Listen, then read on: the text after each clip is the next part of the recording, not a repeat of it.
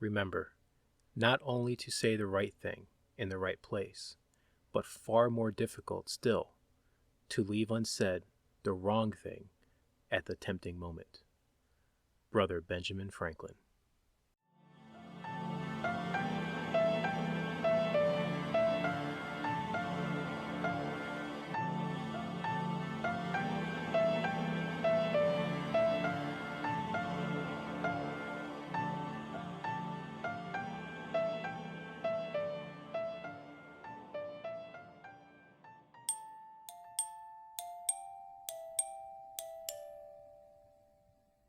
Good evening, Undertakers. Welcome to the Empty Casket podcast.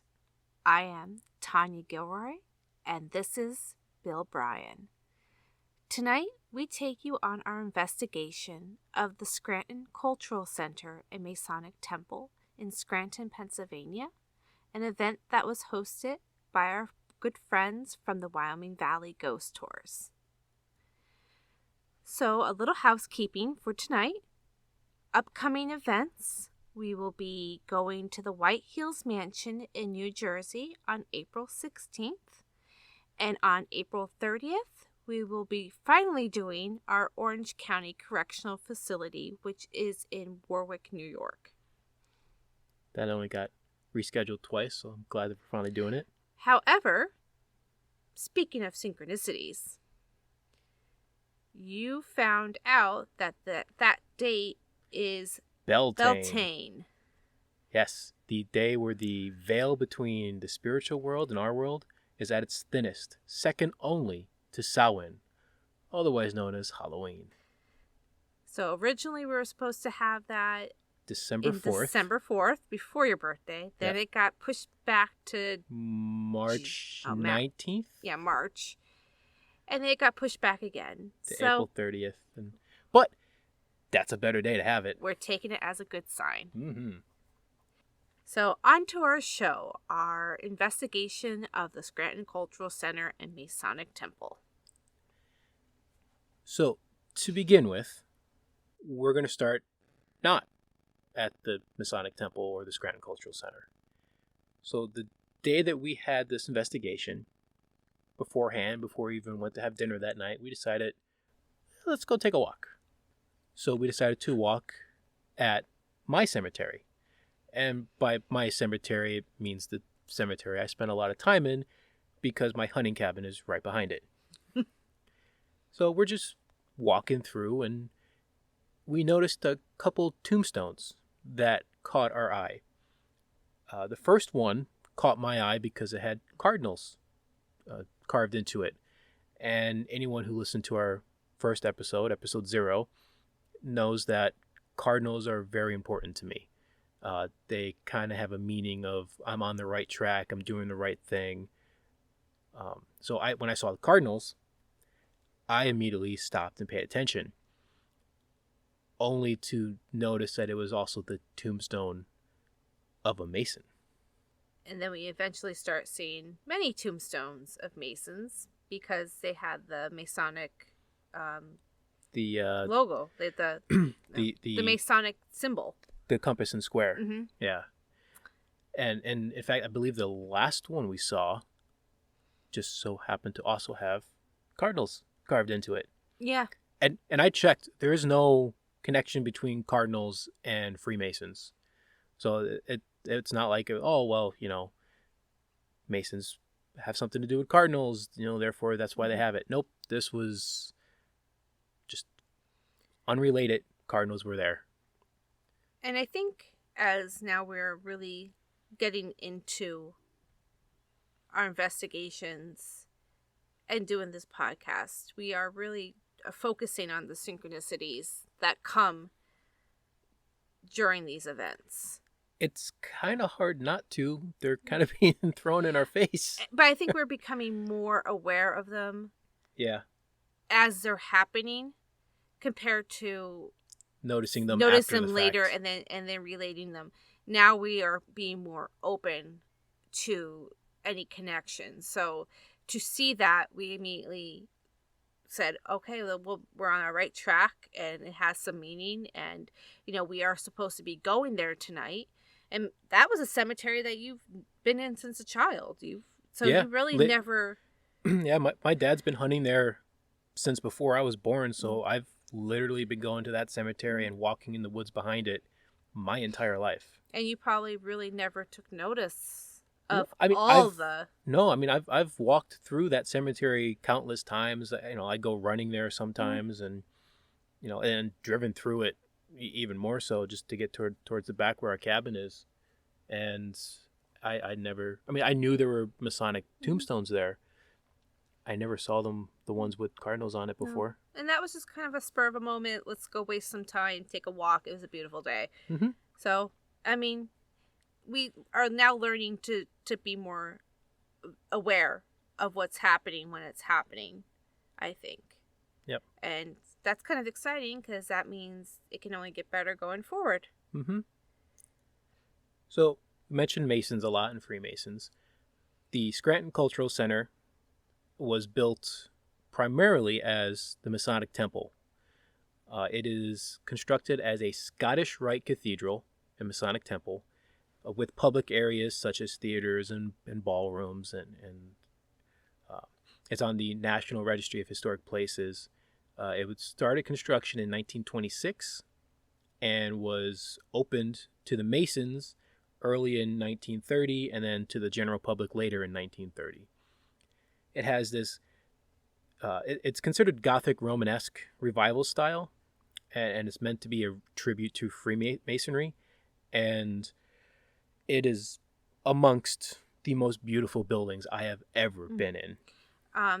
The I guess it's an auditorium that we were initially in. Yeah, so that's because we would start off in a small stage. theater. It opened up to a stage behind the curtain was the actual seating auditorium. However, I heard them mentioning the wall work. It's not wallpaper. It was all stencils, hand-painted, yeah. Stenciled. The woodwork was phenomenal. There's all these huge intricately carved beams with paintings on it. The stonework is, you just can't find that nowadays. Yeah, you can't replicate that.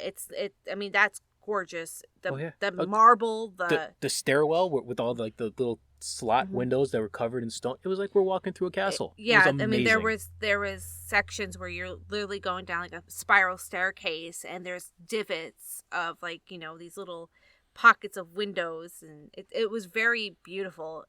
There's no words to describe it. It was a blessing to be there. It was an honor. And if you do get a chance to go there, if you're ever in Scranton, Pennsylvania, hopefully, with COVID restrictions lifting, more things will be open now. They will start having their shows, and they are known for having a lot of different programs from, theater programs, concerts. You've seen concerts there many times, haven't you? Yeah, I've gone there for concerts. I've seen comedians there. I've seen the Northeast PA Philharmonic a bunch of times, a couple plays. I saw Broadway shows that came in. They also have local, dance theater, the whole shebang. But if you do get a chance, I totally recommend going there just to see something. Even if you can't go there for a show, drive past the building. The outside is just as beautiful as the inside.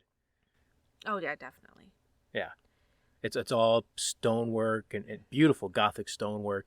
The front doors are these huge wooden doors with all these big metal studs on it. It's a castle. Let's be honest. And if you can go there for a ghost tour, even better. Oh yeah. Yeah. So, as Tanya mentioned, it was hosted by the Wyoming Valley Ghost Tours, who we've gone on a trip with once. Yeah, this is our second trip with them, and we're definitely going to be doing more with them.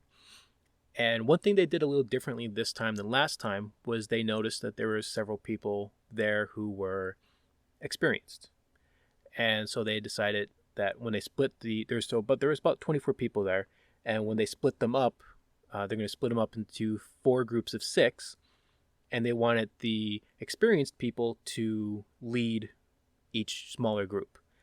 So Tanya and I were asked to lead group 3. Yes, I 3. think so, yes. So our group was, me and Tanya, and then a family, Kevin, Debbie, and their kids Kayla and Noah. And they were awesome. Oh, yeah. They Shout out to you guys. You were awesome. Yeah. So one thing that we noticed is that when you do these paid group investigations, the quality of the investigation has less to do with the evidence you collect and more to do with the group you're with. Mm-hmm. And these 4 people, Kevin, Debbie, Kayla, and Noah, they were awesome. We had a great time with them. They were inexperienced with ghost hunting, but actively looking to learn, and they participated, and they were friendly and nice, and they made it a great experience. They were very open-minded, which made it awesome, because I believe it was mainly Noah that had the interest in it, and he was kind of the pushing force to having them all do it. Yep. And Kevin and Debbie were just tagging along. And you know, the appreciation of, they weren't walking in there thinking it was stupid or, you know, or just like, you know, whatever. They were very open to doing whatever we suggested and being... They fully participated in questioning, the Estes method, scrying, all the different techniques that we tried. And it kind of helped us too, because, you know, we were put in charge of this group. And so I don't know if you had the same thought, but my thought was, well, they're inexperienced. They don't do this like we do. So we want to give them a fully encompassing experience. So every room we went in, we tried to do something a little bit different. And mind you, Bill and I, we're introverts. We suck at talking to people. We are not the most socially... We're not socially graceful, I don't think. Yeah, we're not socially inept. We're we're quiet. We're very quiet. Unless we're in with, you know, people that we actually know, then we're talkative. But it's hard to meet strangers and then just to be like, okay, we're doing this, and kind of taking leadership. We're not. Yeah, that's not really our thing. But you know, these 4, they made it very easy and it felt more natural, and them being as friendly as they were made us feel good to be the leaders of the group, and just have fun with it, and just make it an entertaining and enjoyable evening. And I think, you know, with this podcast, I think what we can, you know, give to the listener, if you're not familiar with doing ghost tours or doing investigations, these are the things that you will have to experience. A lot of ghost tours, you're going to be shoved in with people that you don't know. And you're going to have to learn to work together. And fortunately, so far for us, we've been in pretty good groups. Unless we're doing it on our own, which is just you and I, or you and I, and people that we know. Yep. But it's awesome to see how everyone works together. And it could either come out to be a very positive experience, or, you know, a negative experience, or just tiresome. You know. Yeah. But no, they were great, and so like you said, shout out to them, and you know, if you're listening to this, thank you for making it a great night. Yeah, these guys were awesome, and you know, you're always welcome to come investigate with us in the future when we do some local things, and hopefully we'll see them again at other events. So, moving on into this event, our first stop was the library. So there is a small Masonic library, which, much like the rest of the building, was just a beautiful room, lots of woodwork, huge granite fireplace that was gorgeous. So we decided in this place we're gonna sit around the large table, put a couple K2s out, and use our brand new answer box. Professor Smith's answer box. Don't Google it. You won't find it, because I invented it. Well, I didn't really invent it. I built it. You built your own. I built my own.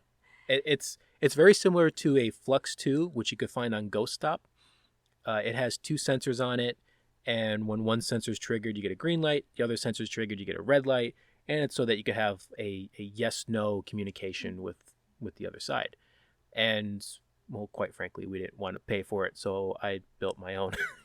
And I believe you can see that on our Instagram page. Our Instagram or our Check it out. Facebook has pictures of it. I went a little overboard with making it look cool. It looks cool.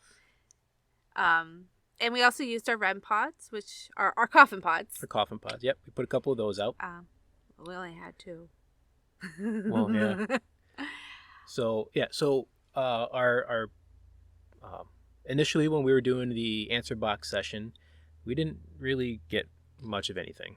No, I would admit the first maybe 5 minutes, we did our introductions, and a lot of it was trying to just explain to our group, the purpose of what we're doing. So you do your introductions, you open yourself up to the room, and it's just kind of a way to break the ice amongst yourselves too.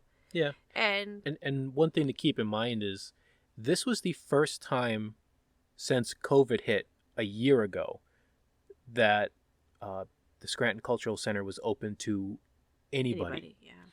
So it had been other than March 2020 was the last time. Yep. And I think they had like a town hall meeting or something. At a town hall meeting. So other than a handful of Masonic brothers who were there throughout the year, this was the first time they've had groups of, people come in. So, it's entirely possible that it took a little bit for the spirits to kind of warm up and figure out what the hell we were doing there and kind of get going. But once things started going, they started going. And I will admit, like, especially since we were kind of like put in charge, I was really like, on edge, like, oh no, we're now in charge of this. Like, I feel like something has to happen because we just gonna be sitting around. Hats off to John and Carrie Ann who run Wyoming Valley Ghost Tours. They said right off the bat that this is a authentic ghost hunt. They make no guarantees that anything's going to happen. They just give us the opportunity to do the ghost hunt. And if it happens, it happens. If it doesn't, it doesn't. So, which that's how it should be. Absolutely. I would be skeptical if things always happened, because then you're questioning, the authenticity of the tour. But yeah, there's absolutely no guarantees, and I'm okay with that. Yeah, that's part of the fun absolutely is to see what you get and what you don't get. And mind you, these tours, they do offer some overnights, but something like this one and the previous one that we did, they were 4 hours, 5 hours. This one was scheduled for 3. We ended up doing 4. Yeah, so they did say that they're gonna at some point do an overnight at the Scranton Cultural Center. That would be awesome. Yeah. So we started off, and honestly, the first 5-10 minutes, it was pretty dull. And so that's when we put out the coffin pods, which I first went to put one on the mantle, and as soon as I put it down, it started going off. So then I put it on the floor in front of the mantle, and it continued to go off.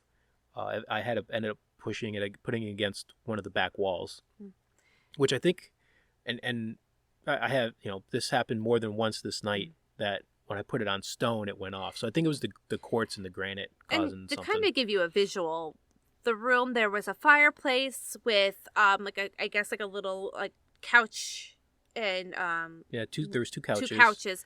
We were right behind that on a large like dining room table. And we were all surrounding the table. Behind us, I know that there was bookshelves, paintings, I think a clock. So we put the coffin pods, eventually we put them on 2 mantles behind us. There was a pedestal and a chair. Yeah. Yeah. But they were on opposite ends of the room. Opposite ends. But against the same wall. So when we finally started asking questions, they began to go off. Yeah. Both of them went off. And it was to the point where we would be asking very direct questions. And we'd one off, and then we'd ask, well, can you set both of them off? And then they would both go off at the same time, like both of them, exact same time. It was pretty cool. But we also at that time started doing, I believe it was Kevin and Kayla picked up dowsing rods. We had 2 sets of dowsing rods, so they were doing that. We asked the rods to point to Noah. Both sets of dowsing rods pointed to Noah. At one point, both sets of rods pointed towards the one corner where one of the coffin pods was sitting. And as soon as it went off. We had a EDI data logger sitting on the table. And one thing that John noticed, because John was in here with us for this one, was that every time that the REM pods went off and the dowsing rods crossed, the temperature changed. Was it the temperature or the pressure? The temperature was going, yeah, I believe. The temperature was changing. Yeah, significantly, it was changing. Right, because that only goes off if it's, I think, a temperature change of 5 degrees. Mm-hmm. So. And every time we had some type of answer, everything kind of correlated. And of course, me being a skeptical mind, I did ask, is there anything behind the wall? Because mind you, our coffin pods were on things against a wall. And my first thought was, could there be something behind the wall that's causing them to go off? So there was no plugs behind them. There was no plugs. There was no... And on the other side of the wall was a hallway, I believe. A hallway, or it was an open area of some sort. But there was no one behind there. There was nothing against there. Like it was confirmed. There was absolutely nothing. There was no reason for them to go off environmentally. That we knew of. Yeah. So some of the questions we asked, because we had both of them going off, we asked, so there are 2 people here and both sets of rods crossed. Were you part of the order and one of the pods went off? Are you male? Both sets of dowsing rods crossed. Do you enjoy our company? Both sets of rods crossed. Now that's a question we asked several times throughout the night, and we always got positive answers from it. So it sounded like we were welcome there, which was good. See, you asked if anything there could touch your shoulder. Mm-hmm. Nothing touched your shoulder. However, it did feel heavy. It felt heavy, and both sets of dowsing rods pointed towards you. We asked if they were from Scranton, and only one set crossed. So I'm assuming that meant one of the spirits there was from Scranton, and the other one wasn't. And we also had our recorder going off, so we did ask things like, what is your name? We did invite them to go speak into the recorder. I don't believe that we got anything out of there. No, we didn't get any EVPs from that room. And then our time at the library ended. There was a big crash, and both pods went off. And that was kind of right there at the end. We never found out what that crash was. It wasn't in the room. It was outside the room. And just so you know, I'm trying to think how many rooms was there? About 5 that we went into. 1, 2, 3, 5, 4, 5, 6. 6, yeah, 6. So they do like about 25 minutes a piece in each room, which was awesome. Mm-hmm. So that was our first room, and we got very awesome results. I was excited to see those REM pods go off. And what's another thing is, ours don't have temperature on them. No, they only go off from something coming into proximity of the antenna. Where, the ones that you can purchase do have a temperature regulator, right? Like it will change it can go off with the temperature. Because the one we were using at Theater of the North when we went into the that one went open off area. That one went off because of the vents. The vents, yeah. Ours don't do that. So already you can eliminate temperature being a factor for them going off. And for those saying, oh well, there was something in the wall or Wi-Fi or cell phones, and while cell phones will make some things go off, Mhm. The I've tested these here at the house, near computers, near phones, near just about every electronic thing that I have, and nothing makes them go off unless they come within proximity of the antenna. The only thing that we have found so far that makes them go off is the walkie-talkies that John and Carrie Ann were using. Which we were there when they were using them. So Yep. obviously, not, and I would like to say that, we're not saying that, it can't be something environmental. Right. We just haven't found what it could be yet. We have the testing I've done with them does not suggest that. So, we're not jumping to conclusions. We're not saying, yes, it's 100% paranormal or it could have gone off by something environmental. Right. What we're saying is that we don't know yet what could make them go off. Based on the evidence that I have, or based off the data I have collected, it is unlikely that an environmental conditions have caused them to go off. That's the scientific verbiage to to walk the line. Yeah. We don't have an answer. No. But nothing positive or conclusive. I think it's important to say that we're not totally, discarding that fact that it can be environmental. Anything can. I mean, we don't have the time to sit there and pull everything apart and measure it and test it. We're given a very limited amount of time. Right, which is why I did a lot of testing here at the house to see what can, and it's not just my coffin pods that I test. I've tested every piece of equipment we have to see what can make them go off. He's very thorough, and even there, I think I even questioned, could there be a loose wire? Yeah, because in one of the other rooms was very sensitive. Yeah, one of the other rooms we had the one going off a lot. And so we were starting to question the validity of it just because of how often it was going off. But since then, I brought it home. I haven't changed the battery or anything. I turned it on and just let it sit there, and it didn't go off for like an hour. And we'll get into it as we move on to the next rooms. But I just want to point that out that we are very thorough with our equipment. We're not discarding the fact that yes, something environmental that we are not aware of could have caused these to go off. However, they went off in such a way that also makes you question, could it be something else? Yep. Which makes me happy. I'm happy that they worked. That's an awesome thing. Bill made them. It's not something we purchased. You can purchase your own, but they're not going to be as awesome as his. And it's just kind of awesome that, they work. Yep. They work on some level, and that was pretty cool. So moving forward, the next room we went to was the ladies' auxiliary room, also known as the ladies' parlor. And in this room, like I said before, we wanted each room to be a little bit different for them so that they got a taste of everything. So we decided we're going to do the Estes method. My favorite method. Yep. So Tanya went under. We had her set up in the middle of the room.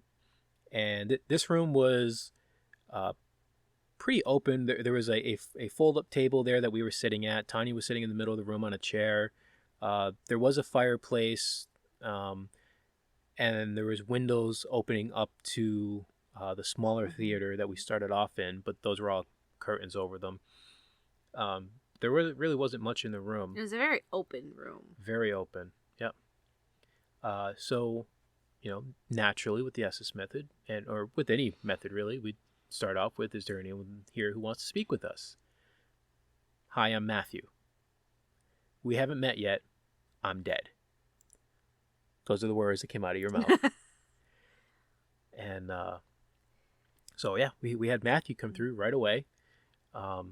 So when he said we haven't met yet, I was like, well, we introduced ourselves because we did introduce ourselves when we came in the room.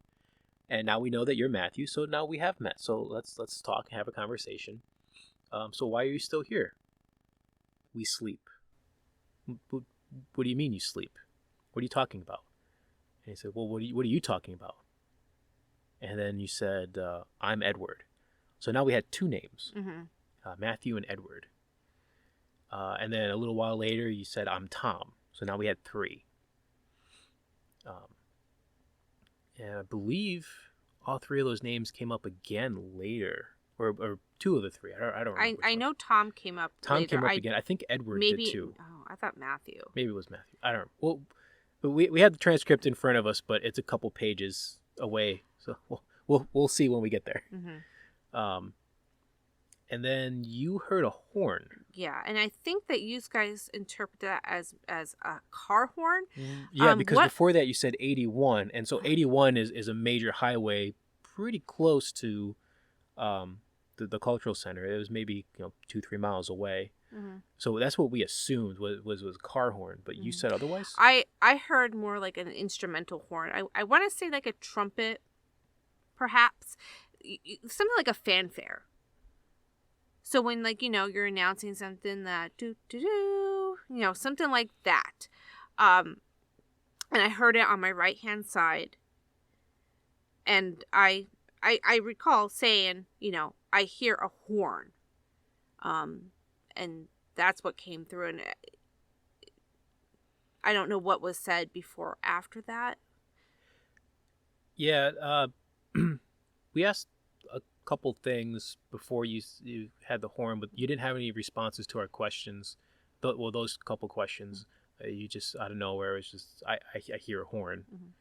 And I'm very curious to know if any type of instruments or anything are used. Now, mind you, the cultural center is used for other things besides the Masons. Oh yeah, so it's you the do primary have theaters and it's the primary concert hall for the Philharmonic. And but I was also curious to know if a horn or some type of fanfare is used in any types of meetings or rituals that the Masons. Yeah, I'm not sure. I don't know about that. So if anyone does know, let us know. Yeah. And in fact, we'll have a couple more questions about Masons as we progress through. So if you are a Mason and you know the answer to some of these questions, feel free to reach out to us and educate us. Yes. So moving on, we asked, well, where are you from? And you said, talk to Jenkins.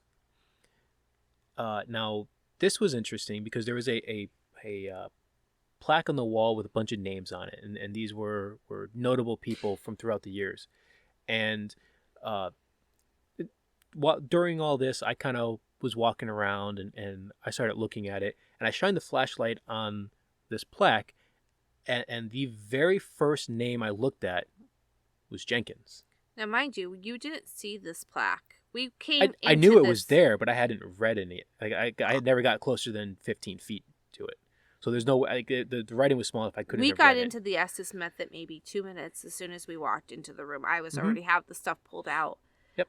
So I was totally unaware of any possible anything in the room besides what I was able to see, which was the table, the windows. There was a good 50 names on this plaque. So the chances of you saying any random name and it being on there was pretty good. However, it being the very first one I looked at, and this wasn't the first one because I looked into the middle. Yeah. And it was just the first one I looked at was Jenkins. Like that, the chances of that and are... Jenkins is not that it's an uncommon name, but it's not a common one a either. super common one. It's just kind of like one of those, it's not Smith or Jones. It's... Yeah. So then you said, look. And they said, where? Look to the right. I'm out there. Now this is interesting because to your right was the door to the hallway. Now this is a very large wooden door, solid wooden door with a metal knob on it that locks only with the key. It locks and unlocks only with the key. And we didn't have a key. So, we were able to get into the room, no problem, because the door was unlocked. At the end, when John came to get us, that our time was in that room was over, the door was locked. Now, we were able to open it from the inside, but he could not open it from the outside. And he did open it from the outside to let us in. And we were unable to lock it. So the fact that you said to look to the right, I'm out there, and that's where the door was, and then that door was locked, and it shouldn't have been, And that was pretty interesting. It seems I like, don't know if that was just a coincidence or if they're connected, but well, interesting. if you think about it, and we'll get into this more, there was a lot of door issues. There was a lot of doors. A lot of talking about doors, things going on with doors, which we'll get into going forward. Mm-hmm. But doors was a primary thing, Yeah. I think in our experience. Yep. So then, you said that your legs started shaking. Yeah. Now, before we started the investigation, I get heart palpitations a lot. They don't always come. I was having them that day. I think that was probably one of the reasons I may just go for a walk, because I just kind of wanted to calm myself down. I was getting them severely under the Estes method. I was also getting muscle tremors, which I get from time to time. I mean, everyone gets them, like where your muscles involuntarily shake. I never had that experience while under, but for some reason, I was getting severe tremors in my upper thighs. Yeah. So that could be a coincidence. However, what happened next lends to it wasn't. And that was, I asked, "Are you touching Tanya?" And you said, "I'm not going to hurt you." Mm-hmm. So I said, "Well, instead of touching Tanya, can you touch one of the boxes on the floor?" Now, we had placed REM pods on either side of you. Which I didn't know. Yeah. I guess you priced those after. I put those, after you were under, I put those down. And so I asked if you could touch them. And you said, "Okay, what do you want me to do?" So I said, "Well, touch the metal rods that are coming out of the box. It'll light up and make a little bit of noise." "Yeah, I'm not going to touch that." "What? Why not?" And then you said that someone was touching your hair. And it was like not patting my head, but kind of like pulling your fingers through my hair. I had my hair up, so it was more like someone like bopping my ponytail. Like that sensation, just like kind of gentle, like a gentle touch. Yeah. Well, after you said that you felt something touching your hair, the next thing was, "We won't pull," which I assume meant we won't pull your hair. So it felt more. It seemed like it was more affectionate and happy to have you there, as opposed to anything negative or threatening. And then he said to find the chalice. Yeah, I was curious about that. I had no idea what that meant. We asked John; he didn't know. We asked the general manager who was there, and he said that chalices are used in some rituals. So we asked, "Well, are any of them missing? Especially anything associated with the ladies' parlor?" And he didn't know. He was going to look into it and let John and Carrie Ann know. We haven't heard anything about whether or not he found anything about that yet. So if we do find out, we'll give you an update. Yeah. And I know, like, going under the Estes method, I don't always remember everything I'm saying. I'll remember bits and pieces. But, it's a unique experience. So going under, I remember the horn. I remember me saying, because I think it's because I'm saying I hear a horn. Right. I remember us talking about my hair being pulled, and I mentioned what I was feeling physically. The chalice I remember vividly. And I took it as kind of like a game. Like, as we go forward, look for the chalice. So Kevin and I did. We looked throughout that room for a chalice, whether it be a picture somewhere or part of the stained glass or I was something. looking for a chalice all night. What? I was looking for one all night. Yeah. In all the rooms. I know I looked in the next two rooms, Gasta Hall and Snyder Hall.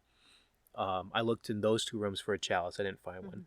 I did not look for one in Shopland Hall. But But I was looking anyway. I mean, the only one I didn't look into was the library, but that was our first one that we went into. I know Kevin looked for them in Gazda Hall and Snyder Hall as well. I don't know if he looked in Shopland Hall or not. But that's how I interpret that. And when I recall saying that part. Mm-hmm. And then I took it as you go forward, look for the chalice, thinking that, I'm gonna find this chalice and there's gonna be some secret message there. Yeah, we were living National Treasure apparently. So after that, you were done. You needed a break. So Noah wanted to try it. So we got Noah set up, and he was under for about 30 seconds to a minute before we got over the walkie-talkie. All right, time to switch. Move into a new room. So and something that you say, it's we know what it feels like to go under, but for someone who's never experienced it, I can understand the skepticism of seeing me go under.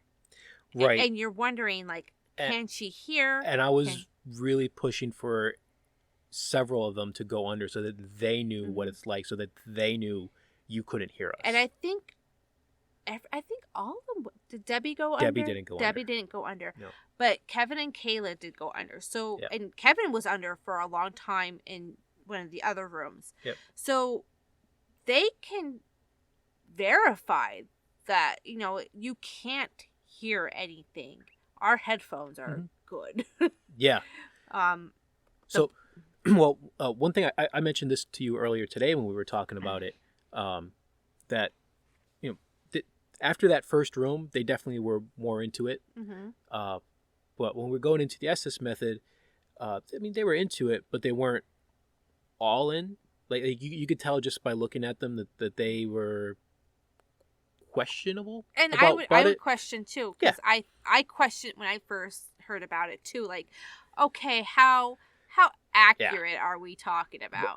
What can we? By the time we were about halfway through it, while you were under, I looked over at them and they were all 100% focused on you, because like you were answering questions. Like you were the things you were saying had direct implementation to what we were saying, and it kind of adds some validity to it. But when you're not just throwing out random words that don't have any meaning, that when I'd say 90% of what you said had meaning to what we were talking about. And there could have been the other 10% could have had something you were trying to get across that we weren't, maybe we just didn't pick up on it. Like 81, we never really understood. We thought it was maybe the road, but we didn't know for sure. But in our studies with the Estes method, you find out that things could be on delays, things could have meanings that you're not sure of. So if you do the Estes method, afterwards, create a transcript of it. So after every time we do it, we record it and we go through and we listen to it and we write down every question, every response, because quite often we have found that there are things that are said a couple minutes after a question that relate to that question, even though you may have asked other questions in the meantime. There is sometimes a delay. And see, like when you get rid of all of the quiet time and you compress it all, it starts making more sense. Yeah, it all comes together. But I'm happy that they got to try it out, because I can see, being an outsider, you definitely think parlor tricks. They're definitely faking it, or they're hearing, they're hearing the questions or something. Yeah. So they got to see for themselves how, very isolated you are. Yeah. Yeah, and it's something that you can't really appreciate the Estes method until you go under it. Yeah. I like going under. To me, even though, this time around I physically fell off, that doesn't deter me from trying it again. It's something, I know my heart palpitations come and go.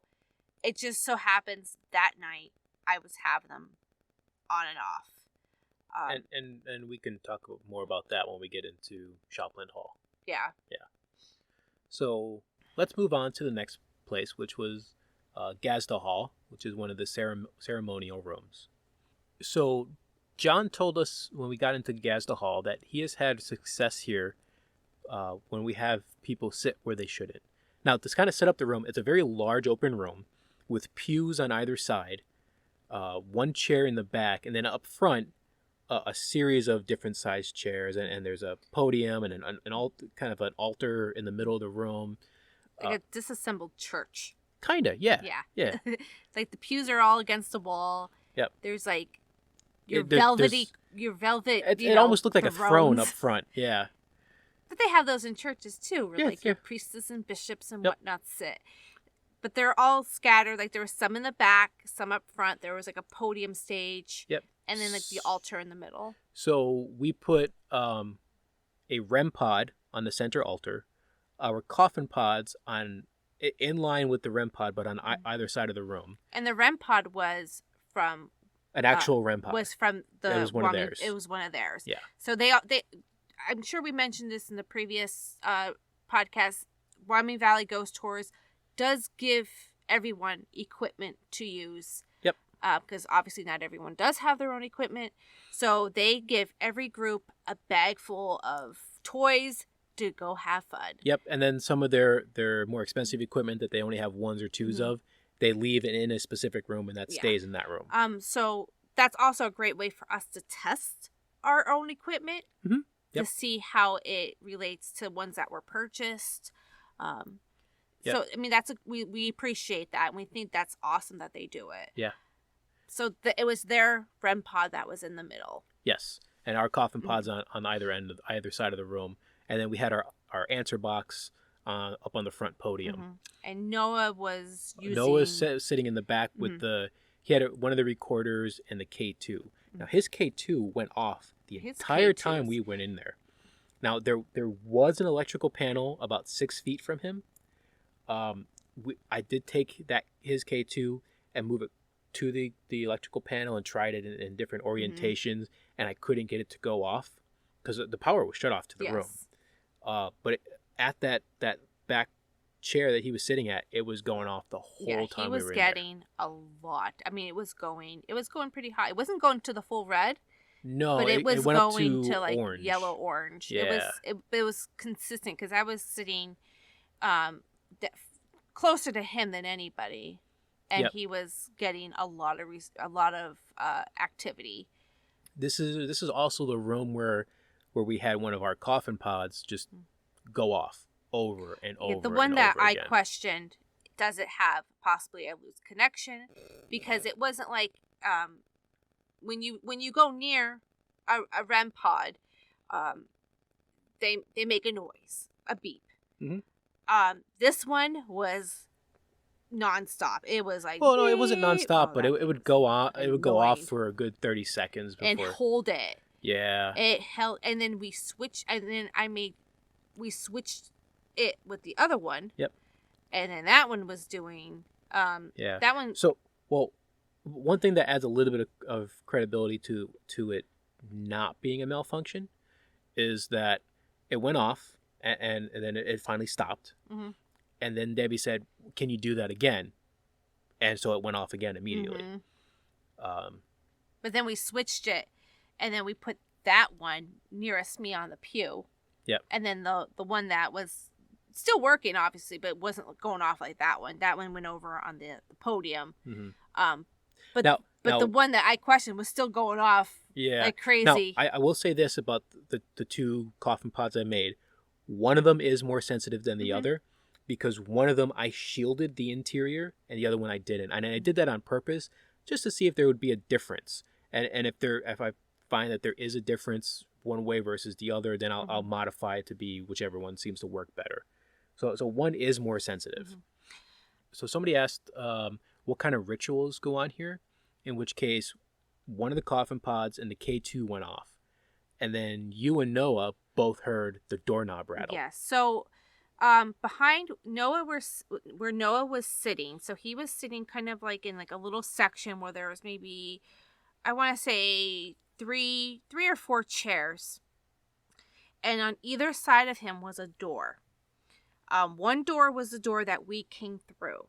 Yep. The other door was unknown. And then there was another door. Well, the other door went into the same hallway. We didn't know this yet, though. Well, we didn't know this yet. No, I checked later. So, and then there was another door next to that door. The door that we did not go through. Noah was sitting on that side, and I was sitting on the pew. So I was closer to Noah, but I wasn't. No one was near that door. Nope. And both him and I heard the door shake, or that, as if you're rattle. trying to, the knob rattle. Now, mind you, these are thick doors. These are thick, solid iron wood, brass. big doors. Like these are not your household doors. These are a good 4 feet wide, 6-7 feet tall, 2-inch thick, solid wood doors with steel knobs. Yeah. Like these don't just rattle because somebody walked past it, and it's all stone flooring too. Mm-hmm. So you're not going to get somebody walking past it and it rattling. And on top of that, that door was locked. It opened to the same hallway as the door that we walked in. Mm-hmm. And we found out after the fact that John was sitting out in that hallway, and nobody was in there but him. Well, that's where we concluded, because we immediately stopped. We said, "Did you hear that?" You guys asked what were you talking about. I'm like, it sounds like that door rattled, and we heard it again. Yep. And then someone suggested I go try to open it, which I'm like, no. So I went. Not that I was scared, only because I don't want to go touching things that I'm not supposed to be touching. Yeah, I went anyway, and that door was locked. Yep. Shortly afterwards, John came into the room, telling us that our time there was up. Time to switch. Yeah. Yep. And we were just spending a few minutes, and we said, "What is behind that door?" Well, we didn't even ask John that, because when I tried that door and it was locked, I went through the door that we knew was open, because we came in that way. Yeah. And I looked, and I'm like, oh, it's the door's right there. It's the same hallway. Yeah, and I think I questioned, can it shake due to movement? And we disproved that we proved that wasn't a possibility, because not of a door, not a door that big how and heavy. thick the door was. There was nothing, walking past it was not going to recreate that. Now, mind you, we didn't see the doorknob. No, you just heard it. But we definitely heard it twice, enough to where we were questioning it. Yep. So how I assumed was that, okay, someone's probably, since it is in the hallway, someone's walking by, it's shaking the door. We proved that to be incorrect. Like, that's not a possibility. Yeah. So go ahead. No, so that was pretty much the end of Gazda Hall. Mm-hmm. So then we went across the hall to Snyder Hall, another ceremonial room, very similar to the room we were just in the way it was set up. They were like right next to each other, so we just switched rooms with the other group and. Mm-hmm. So again, we spread out. We set up the equipment in a similar way. However, this time, instead of just asking questions, they wanted to try the SS method again. Mm-hmm. And Kayla volunteered to go under. Mm-hmm. So we're like, all right, great. Let's try it out. And we didn't get a lot while she was under. We got the name Max come through, and Wilkes-Barre. Mm-hmm. Now, it's hard to say whether Wilkes-Barre was something real or radio, because Wilkes-Barre is the next biggest town over. So it's very possible that it could have picked up. It could have been a radio station, or if it was a spirit, they could have been from Wilkes-Barre. Mm-hmm. But something that we try to encourage is that when you're under the SS method, it's better to say everything you're hearing. Yep. Than not say nothing at all. Because you could be, eventually you're going to start picking up important information. A lot of it's radio. Especially initially. Initially it's radio, but once you get past that barrier, you start picking up different things. It really does put you into a meditative state, and it allows you to open up more. So, I mean, I always encourage, it's better to say, because we can figure out, obviously we can figure out eventually, like, okay, this can possibly be radio, than to sit there in complete silence because you're not sure. Yep. So it's better to be safe than sorry. So the K2 that Noah had started going off again. Mm-hmm. And so he asked, "Are you over here by me?" And Kayla says, "Right there, right there. We're starting. There it is." Mm-hmm. And we had a couple other interactions. Are you still with us? It's me. Is me Max? Are you Max? What's your name? And John. Mm-hmm. And then Kayla had enough. Mm-hmm. We get John a lot, and I was actually thinking about the fact that especially at the cultural center, they have been doing these tours prior to COVID. They have done the cultural center many times. Yep. I'm sure there is familiarity. Oh yeah, I'm sure John. They probably know John. Plus, the general manager's name was John. Mm-hmm. So, and it's a common name. It's a common name, but John was also in the room with us. Was he in? He came yeah, in he was in Snyder. He came in that's Snyder. Right. Yeah. And it seems like whenever he's in the room, activity spiked. When he was around. Does spike around him, and his name does get picked up a lot. I feel that it's because they know him, and we'll get into that going further because I also feel that that's significant. When Kayla was done, Kevin wanted to try, so he sat up front. Kayla was on one side of him, and you were on the other. I was. No, I wasn't. I know you were sitting next to Kayla when she was under. I sat next to Kayla. She sat next to him. I was down by the altar. Okay. I was in the middle of the room. So first things Kevin said was, "Hi, Stan." And then Kayla said that it started to feel really cold around her. And Kevin said something afterwards, which I don't remember what he said. And listening to the audio, I couldn't make it out. There was an echo with it. I couldn't make it out. And then it went quiet for a little bit, and Debbie asked if he fell asleep. Which it can happen. Yeah. For me personally, it feels wonderful. It's relaxing, so I can probably fall asleep to it.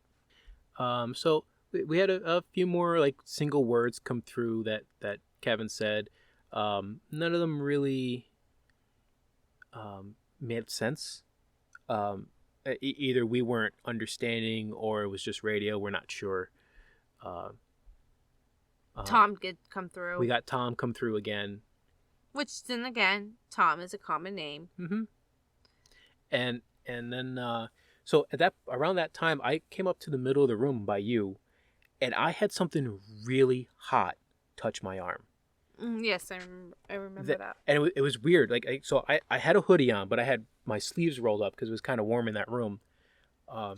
But it felt like a really, really hot, like if you were to take a hair dryer and put it right up to your arm, like an inch or so away, and you feel that really hot air hit it. Mm-hmm. That's what it felt like, and it was very shocking because it was warm in the room, but it wasn't hot. And all of a sudden, I just had this hot. There was nothing around me either. There's no vents. There was no vents there, and it was only like a small, like 1 inch area on my arm that I felt it.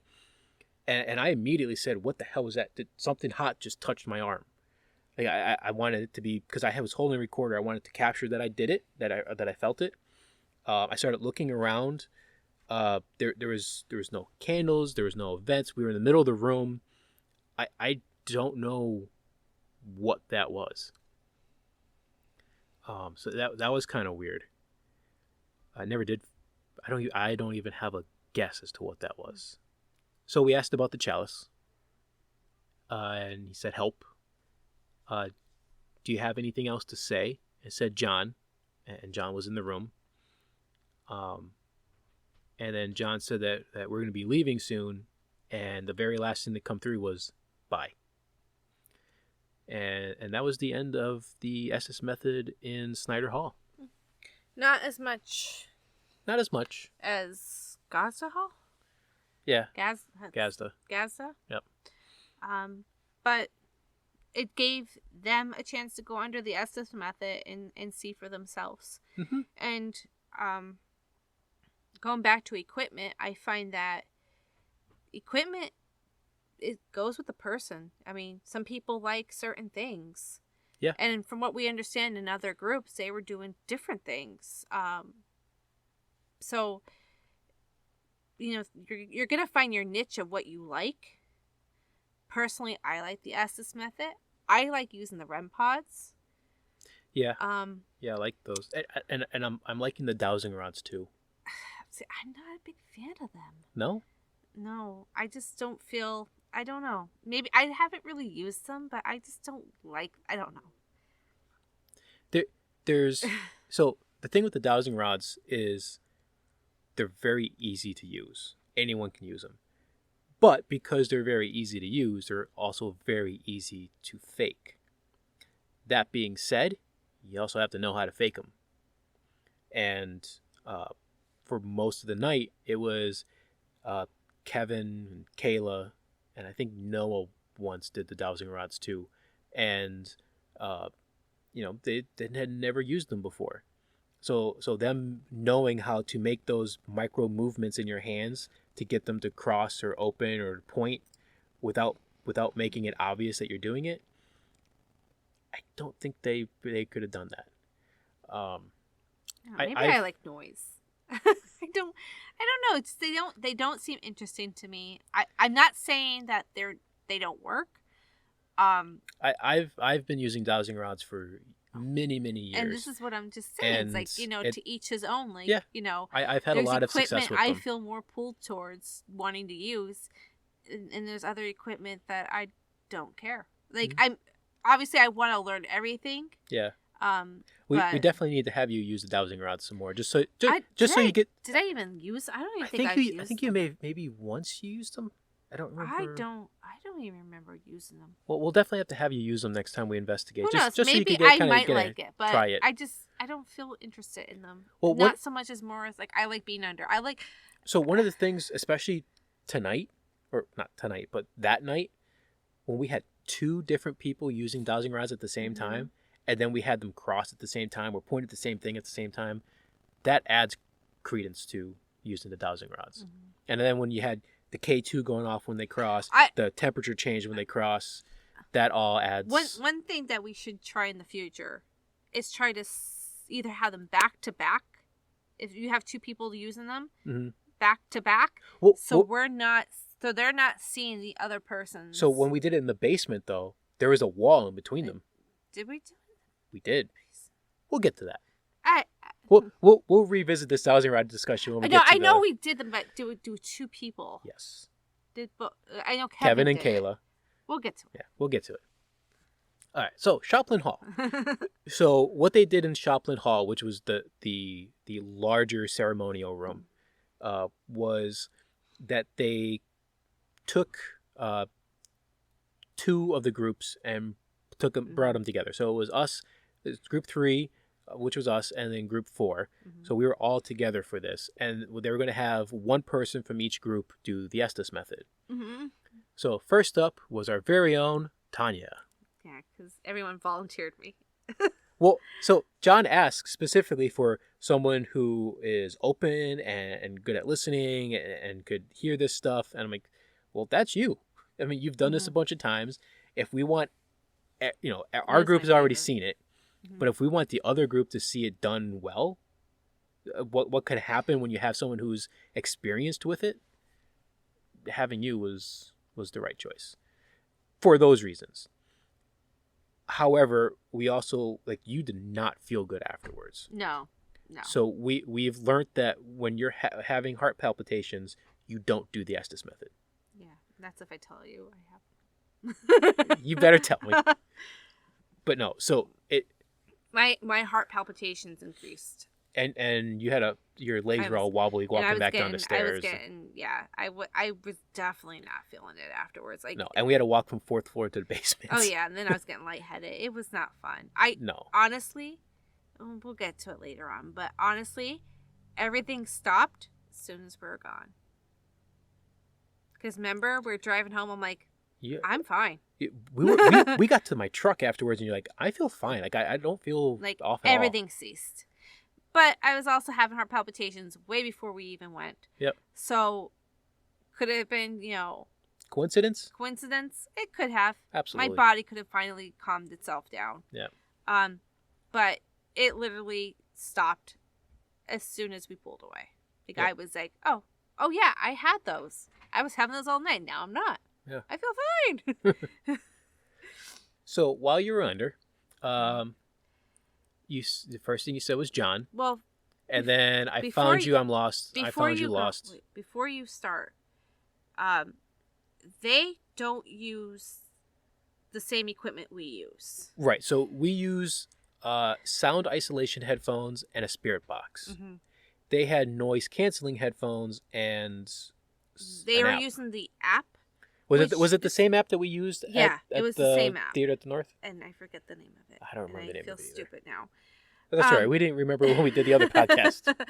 But they're using, which they like, and they will back it up. They really and I'm not saying it's not real. We're not fond of apps. No. But I trust that they these people are experts. They've been doing it way longer than we have. So I will take their word that if they feel that that's something they can back up, then it's great. That's fine. I'm not a fan of it. Yeah, but, I don't like anything that's cell phone or computer based. But if they are backing it up, then I know that it's not BS. It's probably No, and I know we they talked do to their them, research too. Yeah, I know we talked to them about it that first at the Theater at the North, mm-hmm.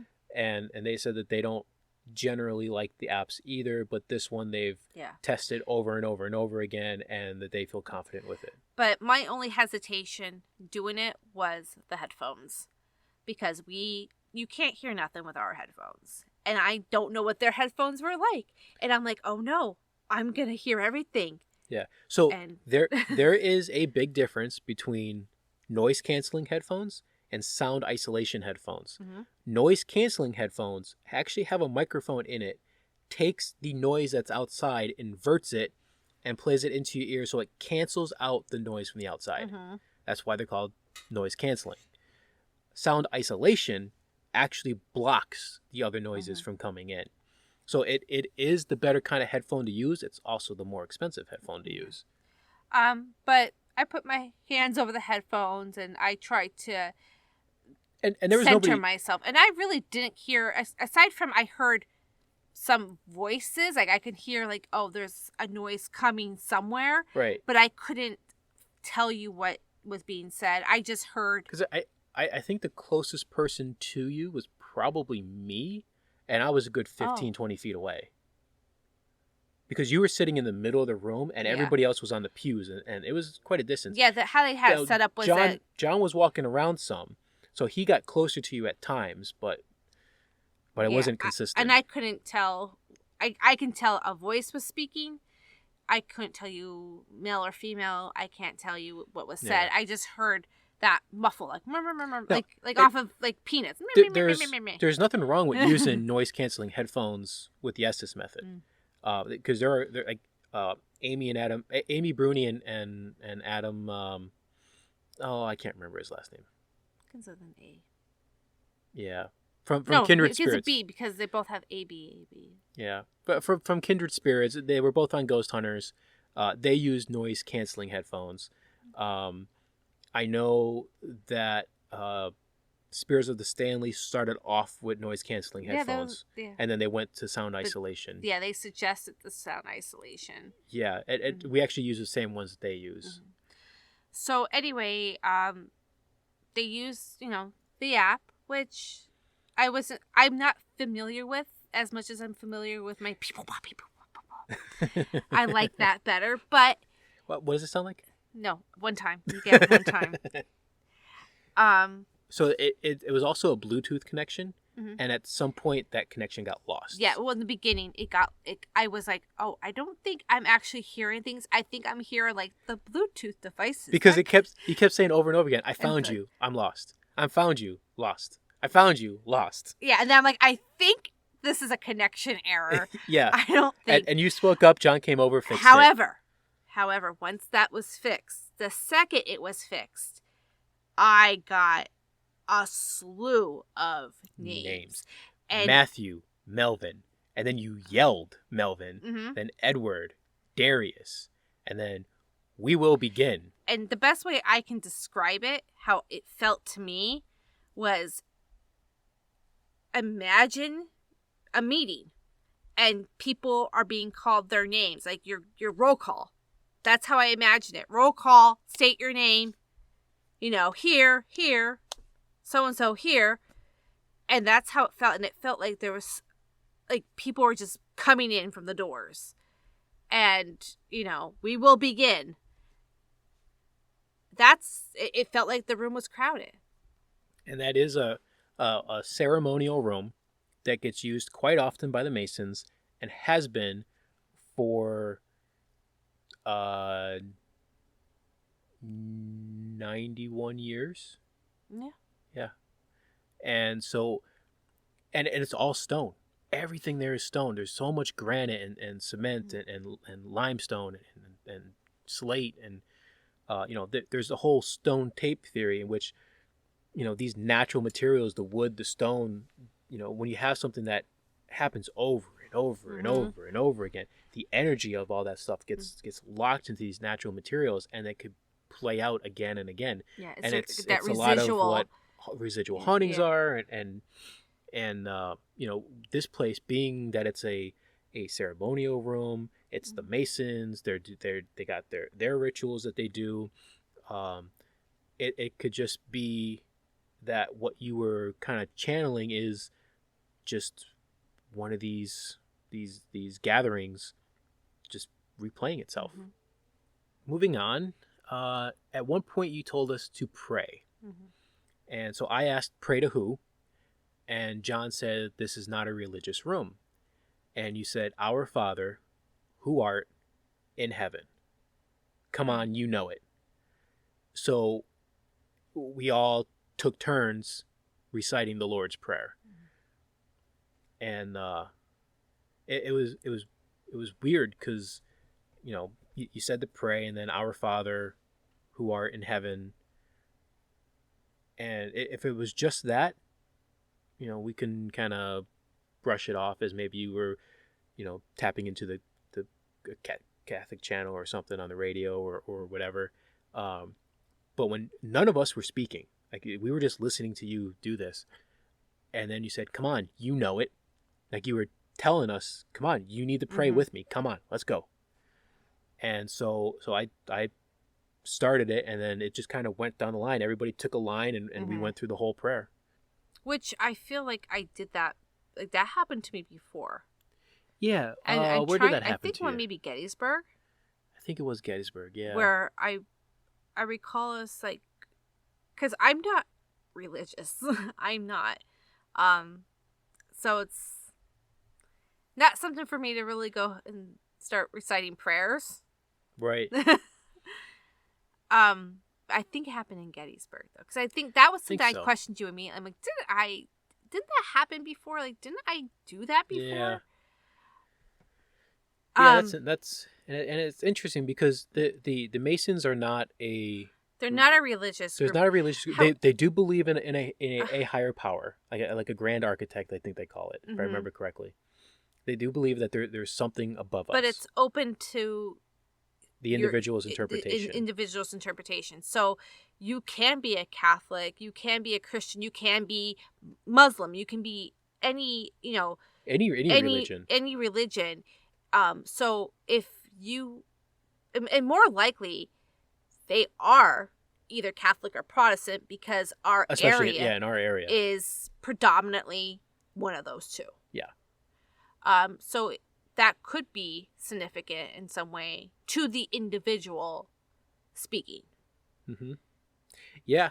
So whereas like the Masons themselves are not religious, but the individual could be. Yep.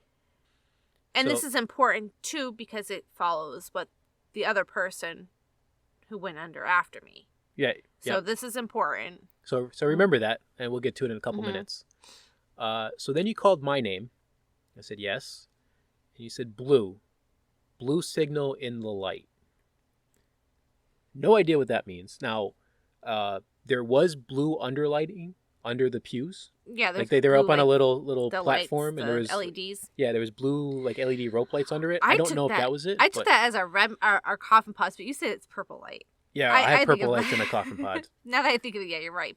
But I another thought I had was maybe the answer box, because when the answer box turns either red or green depending on which sensor gets touched. But when neither gets touched, I have a little crystal skull on it that lights up blue. But didn't you say something about going back to when you guys did my house?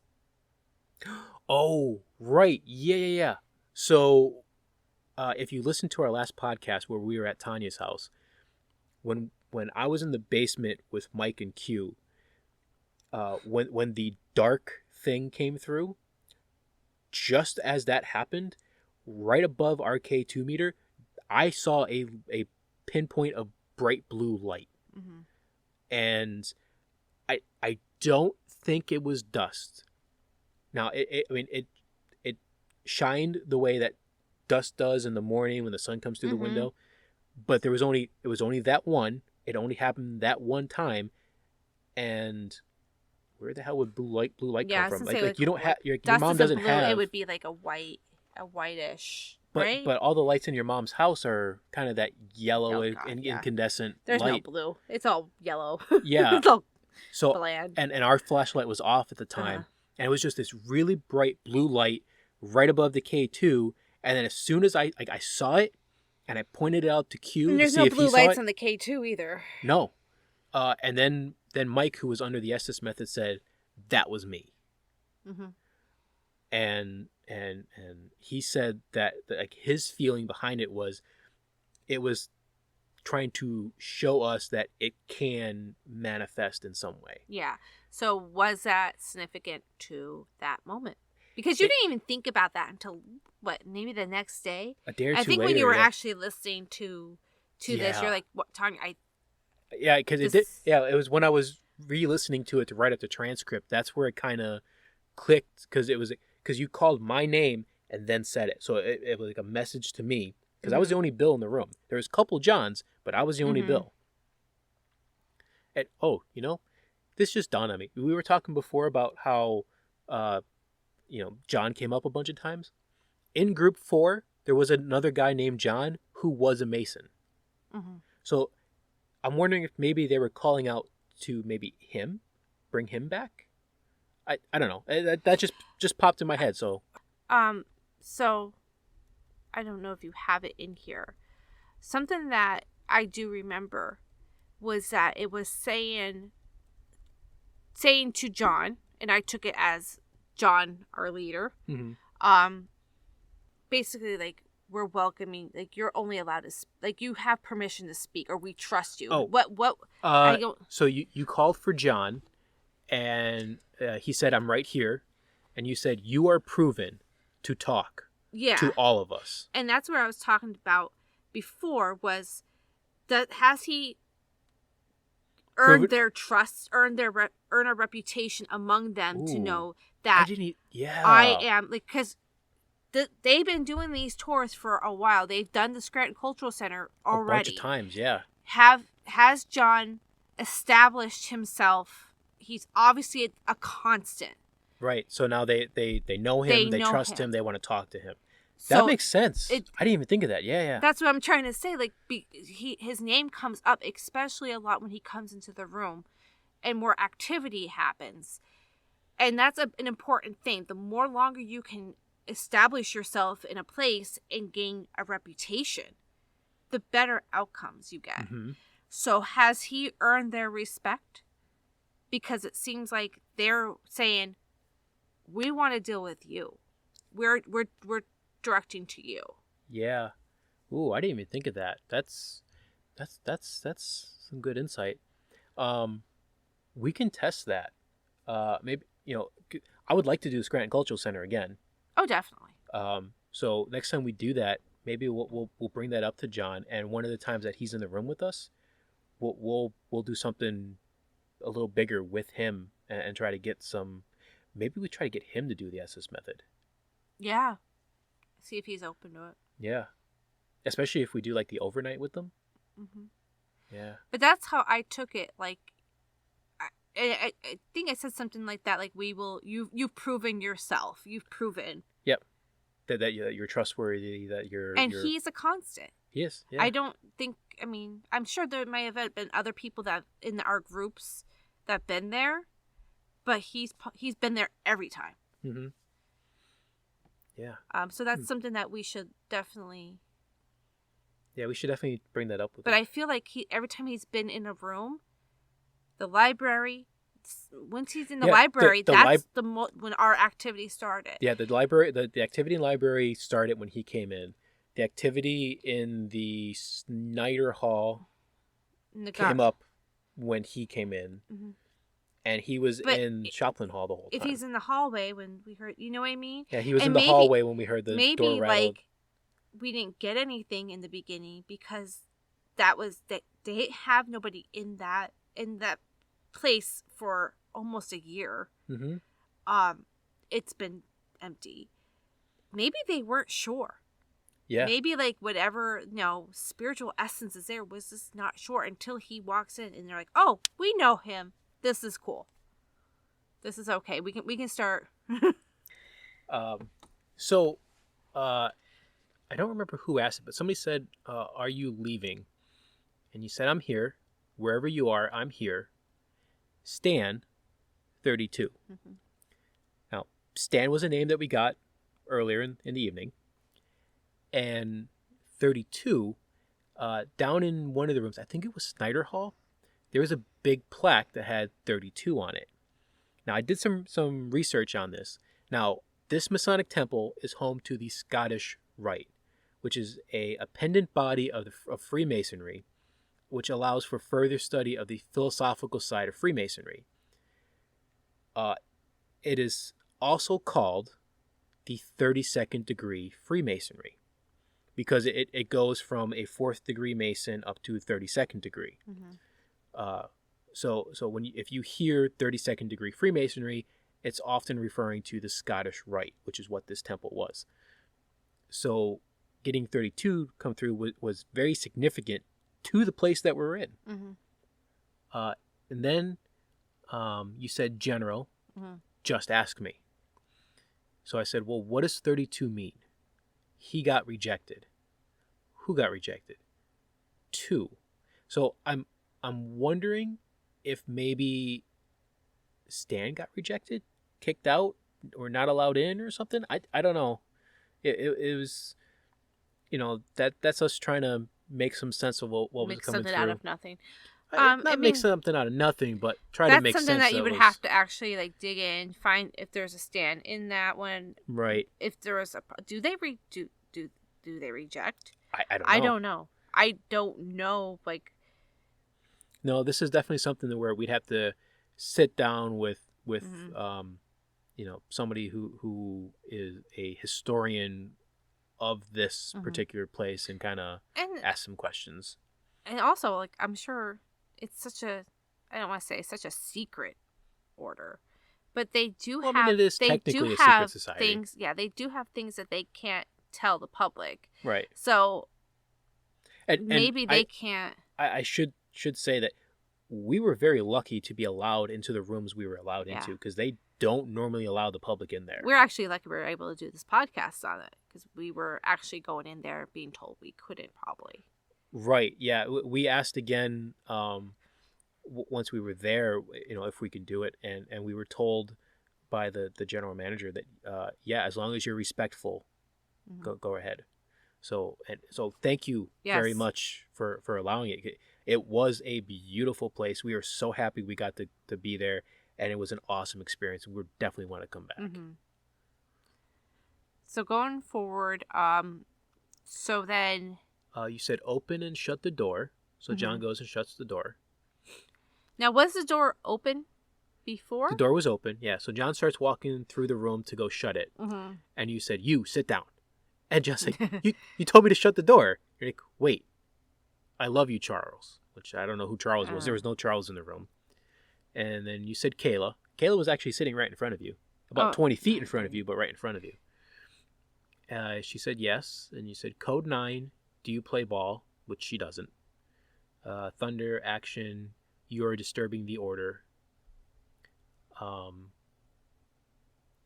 So we asked, well, do you not want us here anymore? And you said, but again, we will not be bossed. And this is where we got our first EVP of the night. What I'm going to play right now before we discuss it is the raw audio of the EVP, followed by a cleaned up and amplified version of it. And then 2 or 3 times I'll play just the EVP itself. All right, so here's the raw audio. But again, we will not be bossed.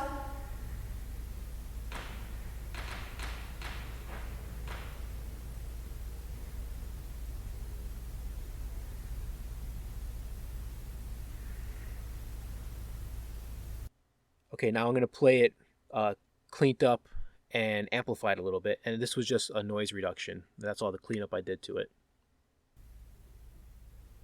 Be bossed.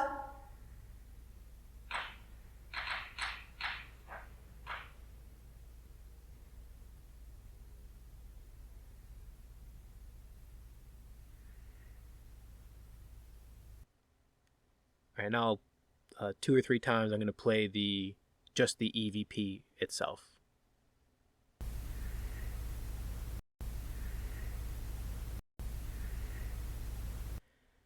So there's definitely something there. I couldn't tell what it was, but I can tell you there was something. Yeah, I don't know what it says. At one point I listened to it and I thought it said "there he is" or "there it is," but It I has can't be syllables sure. to it, but Yeah. I can't tell you what it's saying. I don't know. No, I wasn't too sure myself either. Before going forward, though, I want to say something like how I was saying about how they gave possibly John permission to speak or to act. They're saying we will not be bossed. So, obviously everyone goes in there saying, can you do this? Can you do that? Speak to us. Yeah, and there was one person in the other group who constantly was kind of treating them like a monkey at a show, where it's like, all right, tell us what color shoes this person's wearing, tell us what color shirt that person's wearing, and I kind of wanted to tell her, hey, knock it off. We're supposed to be having a conversation with them, not having them perform tricks for us. So when you do any kind of paranormal investigation, you have to be respectful. You got to remember that these are not circus monkeys. These are people. They're no longer living, but they're still people. Now, I mean, asking them to give a sign of their presence or a verification that you are talking to them because you can't see them is one thing. But asking them over and over and over again, well, tell us this, tell us that, tell us. Like, no, have a conversation. Was that happening while I was under? No, that was happening while David and was I under. understand asking that to try to get validation. Validation. Yeah, there's an amount that you get validation, but there's a line that you cross and you go from getting validation because to they did that like in Spirits of the Stanley. Like he would talk about like how they would hold their fingers behind their back and like, can you tell us how many fingers I'm holding up? Well, you also have to keep in mind that at Spirits of the Stanley, when they were doing that, they were doing it every single night for months on end. Mm-hmm. And so they had built up a rapport with the spirits there, and at some point they were no longer just having conversations. They're like, all right, they told them, look, we're going to start collecting evidence that you exist, so we're going to play some games, and that's the kind of stuff they did. So they did it kind of as a joint thing, whereas as this person was just more of out of nowhere, just, all right, tell me what color shoes this person's wearing, what color shirt that person wearing, what's the symbol on that person's shirt. And it's like, look, we've already started talking to them. Conversations have already started. There's no longer a need of, asking for tricks. Let's have a conversation. Let's get to know them. Let's get to know their story. Let them tell us what they need to get out. Now that I'm thinking of it, I think even on the spirits of the Stanley or just in their own investigations, wasn't there I think this was on the Astonishing Legends when they were talking about it, that there was frustration or someone got pissed off. I forget what it was, but it had regards into how they were asking, tell me how many fingers I'm holding up, or tell me, and they're like, no, I'm done with this, or something like that. I have to listen to that again, but I understand where that's coming from, because you kind of want you want to see what you want to see it. If you have a tiger on the back of your shirt and they're like, a tiger, that kind of tells you okay. Well, yeah, I agree with that. I'm just saying that there's a point in which you take it too far. Mm-hmm. And I just kind of felt like this person was taking it too far. So when we were in some of the other rooms and we had a REM pod go off, and we're like, all right, well, we just want to verify that was you. Can you do that one more time? Mm-hmm. And it's not like we asked him to do it again and again and again and again and again. I get it. We had him do it. Okay, thank you. And then we started asking more questions and try to get a conversation going and all that. But I think that's kind of honestly, now that I think of it, because until you brought it up, I never really thought about it. We never really say much of, can you do this or can you do that? We talk a lot. Yeah, we try to talk a lot. I think I usually ask, can you do a knock, or can you do something outside? Especially when we're not getting responses. Yeah. Or if we're doing an EVP session, then getting them to touch something or to make a noise, that's something that we can hear right then in the moment. Yeah. The only time that we really, that I recall, that we really kind of forced them to do something for us has been when we were in the attic of your house, and it was something not so kind coming through, and they kept telling us to leave, to get out, and I'm were getting really. I didn't. I'm like, no, you don't. You're not going to dictate what we're doing. So we're going to come to a middle ground. So if you touch this, we'll leave. We're not going to do it just because you told us to. So you do this for us, then we'll do that for you. So that's really the only time that in Gettysburg, I probably did a little too, where I was trying to get them to touch our Tupperware pods. They weren't in coffins at the time. They were in my prototypes. They were in Tupperware. They were Tupperware. But this is the first time I was really using any of my own homemade equipment. I just wanted them to be used. Because in Gettysburg they were getting frustrated. There was a frustration going on. I think that was more a frustration of, I just wasn't understanding, because I was trying to make sense of what you were saying, and when you were under for the SS method, and I wasn't quite getting it, and there was a frustration there, and yeah. But we're still learning. Yeah. And that's what it's all about. We're learning what works for us. We're learning, how to approach things. So to each his own. And just as long as you're trying to do it out of respect, I don't think there was really anybody there that was super disrespectful or anything. There was no wrong intentions or anything like that. No. So I understand where you're coming from, but, I also think, playing the devil's advocate, I understand that approach as well. Yeah, and no, I mean, I definitely understand the whole wanting something to happen.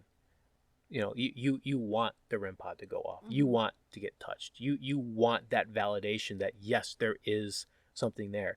But if you're going to be a serious investigator, you need to kind of get past yourself in that, and understand that you need to be more of a intermediary between the dead and the living, and asking for party tricks is counterproductive to that. So the next group, well, the last thing that you said, So John said, "Thank you for talking with us. We're going to give somebody else a shot to do the Estes method." Mhm. And you said, "You have a good night." Which that was kind of cool to have that little send off. So then somebody from the other group, David, came over. He volunteered to do the Estes method for his group. And the first thing he said was either father or Bobby. Some people thought he said father. Some people heard Bobby. And in listening to the audio, You get Father and Bobby. I don't know. In listening to the audio, I couldn't tell which it was, but you could hear people asking in the room, "Did he say father?" Or no, I heard him say Bobby. Yeah, But like so you have to keep in mind, this is a very large open room. yeah, it was. It was huge. very echoey, Mhm. so it kind of distorted sounds a little bit. Like further, father. Okay, they're very close. Father, Bobby. I know. Not close, but I get it because I was there, and I'm like, I think he said Bobby. I thought he said Bobby too. I don't know. I don't know. So we got a lot of words come through like you, koi, why. They didn't really line up just yet with the questions being asked, but I believe this was the first time he had ever done the Estes method, and so it takes some practice and getting used to before you could really start getting good stuff coming through. But we did get our next EVP. So it was during a period of silence where nobody was asking anything, and we got another EVP. So once again, I'm going to play the raw audio, followed by the cleaned up and amplified, and then I'll just play the EVP itself twice. So here's the raw audio. Why? Curiosity.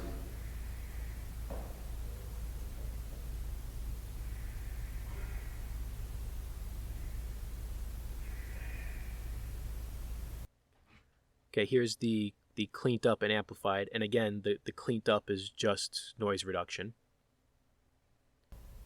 Why? Curiosity.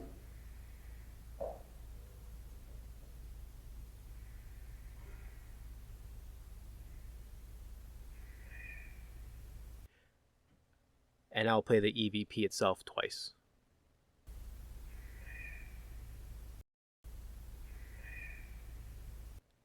Now, there definitely was something there because you can.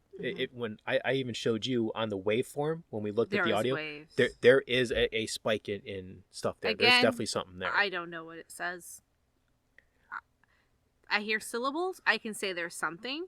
I'm not guessing. Unless I actually, beyond a shadow of a doubt, hear exactly what it's saying. I don't know what it's saying. So I heard "they live." That's what I think it said.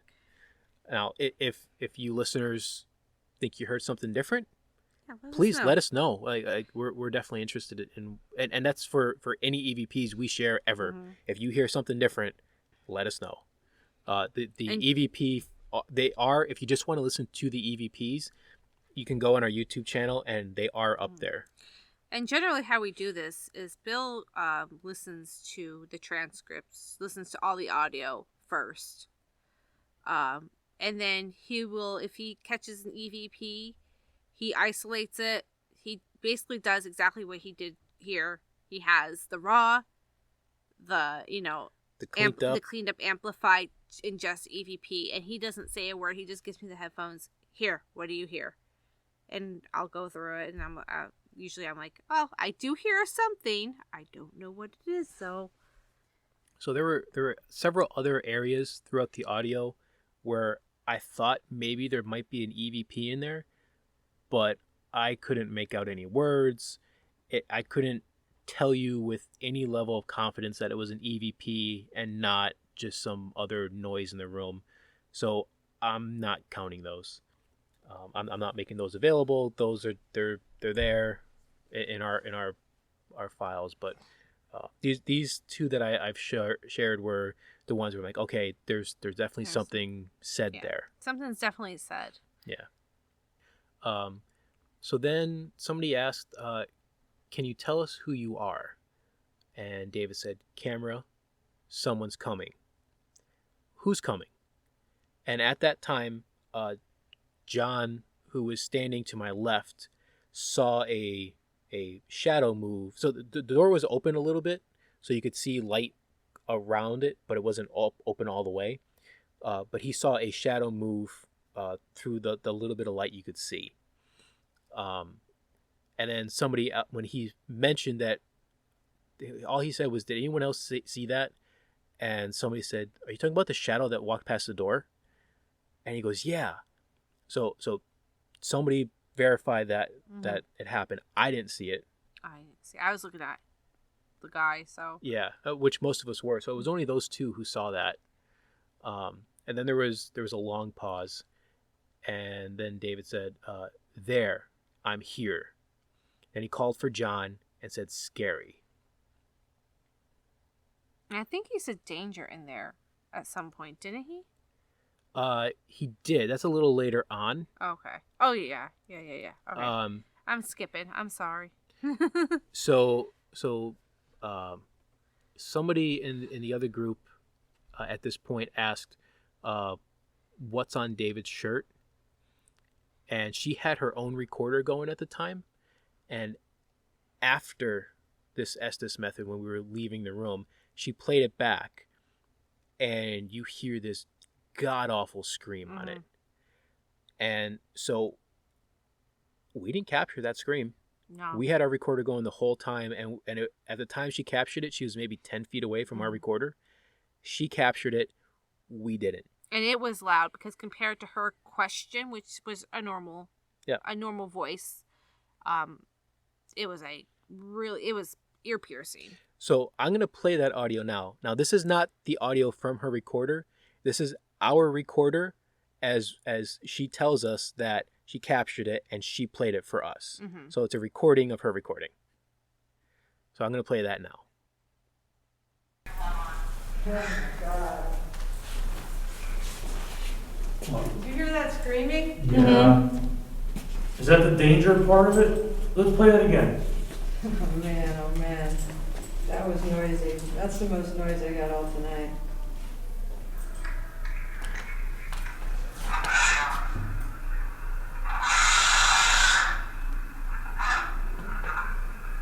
I heard you stand up on this. It doesn't stop. It keeps No. going. For that, as soon as I got up and I started walking around David, I turned this recorder on. That's pretty amazing. Now I'm curious if I caught the same thing on mine. Here we go. That's louder than me talking. Wow. Yeah. There's something weird in this room. Yeah. Everybody got chills now? Yep. So let's go to the basement! All right. So yeah, that's kind of an unsettling scream. That's pretty unsettling.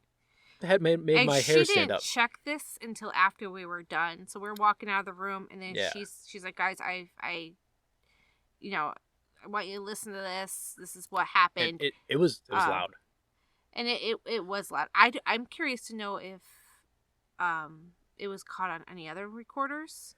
Yeah, I don't know. I know we didn't. On ours, we verified it. We caught nothing. Yeah. So naturally, we had a discussion as to why did she capture it and we didn't, and we came up with a few possibilities. Yes. The first possibility is it was a malfunction with her recorder. That's been known to happen. There are recorders out there that are notorious for making a scream type sound and it's not really there. It's a malfunction in the recorder. Now, that being said, most of those are usually analog recorders. They're tape recorders. She had a digital recorder. So I don't know of any digital recorders that do that, but it's still a possibility. The second thing is that it only screamed into her recorder, whatever it was. I don't know, because obviously it's not making an actual scream because we couldn't hear it with our own ears. So if it's manipulating the electromagnetic field around the recorder to create that, then it can definitely isolate hers and not ours. The third thing was maybe there was something attached to her, and that's why she picked it up and we didn't. Yeah. Again, that's just complete speculation on our part. We Yeah, have we nothing to don't know. say. Yeah, we don't We know don't- her. we don't know- so- We don't know her. You know, we didn't really talk to her. So this is purely us speculating how- trying to come yeah. up with any solution. And then the fourth thing that we came up with that could be a reason, and this is, we include this just to be completely thorough, is it could have been created artificially. Rubbing the microphone of a digital recorder against your clothing can make a similar noise. We're not saying she did that on purpose. It could have been on accident. She was wearing a long coat, so it could have brushed up against her sleeve or something. She didn't realize it. That's a possibility. And again, we don't know. We're just trying to come up with answers. And that's the whole point of all this. It's not, we're not saying, she was being, intentional. No. Or trying to fake it. Absolutely not. I don't think that was even a possibility. But you do have to take into consideration all possible aspects of what it could be. It could be a malfunction. It could have been something she did without knowing it. Or it could actually have been something that either targeted to speak to her recorder, or, like you said, is already somehow attached. Or, we don't know. We don't. The only thing we can say for certain is she picked it up, we didn't. Yep. So it's interesting. And we should look into seeing if I think John was recording. I think so. So we should see if there was anything on his. Yeah, I'm going to send a couple snippets of our audio to John. So when I do that, I'll ask him about that.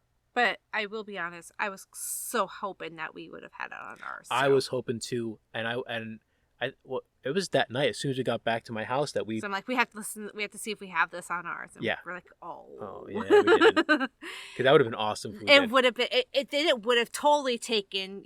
Saying that. That would have taken a lot of these possibilities off the table because our recorder sits inside of a vibration isolation holder, so that it's not going to be jostled around. It was sitting on a podium with nobody touching it. The closest person was me, and I was a good 4 or 5 feet away from it. So if we caught that, then that definitely would have eliminated malfunctions and artificial creations. Yep. Possibly, right? Yep. So, and I just thought of this now. She was walking around. Yep. Could have been ventilation. No. Could have been anything. There is no ventilation anywhere outside of the extremities of the room. So along because I checked for ventilation when we walked in as I was kind of looking around. There's no ventilation in the ceiling. There's no ventilation in the floors.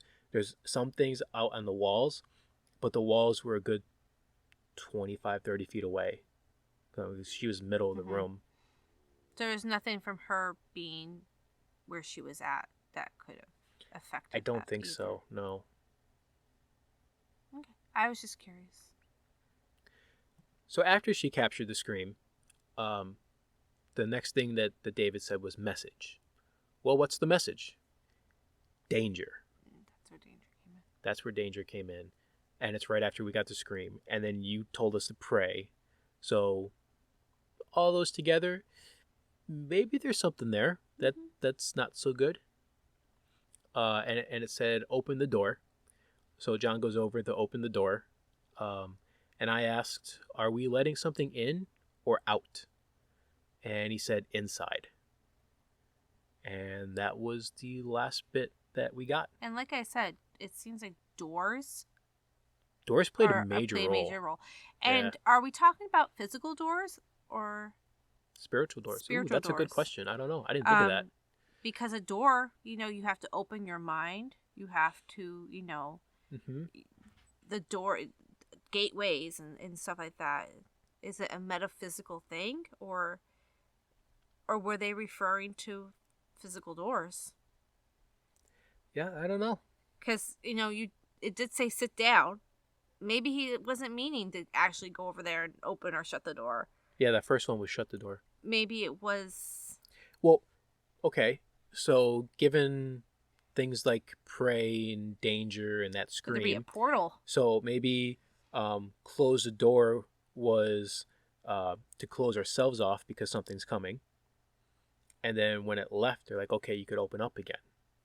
Mm-hmm. Maybe. I don't know. Yeah. Or could there have been a portal opened from previous? Well, no, we were the first ones to investigate in there that night.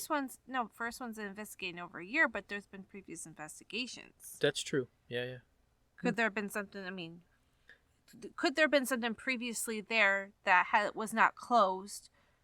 Maybe. John did say that Shopland Hall was the most active out of every place. And they had... And overall in all the investigations that he's done there. And they've had some questionable experiences in there, too. Yeah. So... But it seems like doors were a very significant thing to us because of the door being locked, the door rattling, open and close the door open here. And close. Doors were a very big thing. Mm-hmm. So is it, personally, I feel like it was more of a spiritual thing, a metaphysical thing, not so much a physical. That's a very real possibility. Yeah. And maybe that's why they targeted John so much, was because, again, they're familiar with him. I don't know. Yeah, unfortunately, a lot of things in paranormal investigating is speculation. Yeah. Which is kind of fun. Yeah, it is. Because I didn't even think about the doors until actually looking through this whole transcript. I'm like, wow, we talk a lot about doors. Yeah. And now that I think of it, a lot happened regarding doors. Yeah. Huh, I didn't put that together either until you mentioned it. Mm-hmm. So that was the end of Shopland Hall, which is on the 4th floor of the Scranton Cultural Center. Now, I'll take this moment to mention there are 10 levels of the Scranton Cultural Center. We were on the 4th floor. There is, I believe, 7 above ground floors, the basement, and 2 sub-basements. I would have loved to have gone through all of them. So would I. But we don't have access to... No. I mean, we were lucky to get the access that we had. Yeah. So our next place was the basement, but right below the stage. So the dressing rooms. Yeah. So there's 2 dressing rooms, one on either side of the hallway. And because time was running short, instead of beginning to do both and then switching, one group got one side, one group got the other. And I was happy because I was not feeling good at all. Yeah. I was out. I can't really recall much of the basement. I wasn't really there. So when we got into the basement, you know what's ironic? It just popped in my head. Our last podcast was about your house, and you weren't in the basement with us. You weren't physically there, and now you weren't mentally there. Yeah, mentally I was checked out. So we go into the basement. It's dressing room, and what it is there's a table in the middle of the room with mirrors and chairs on either side. Mm-hmm.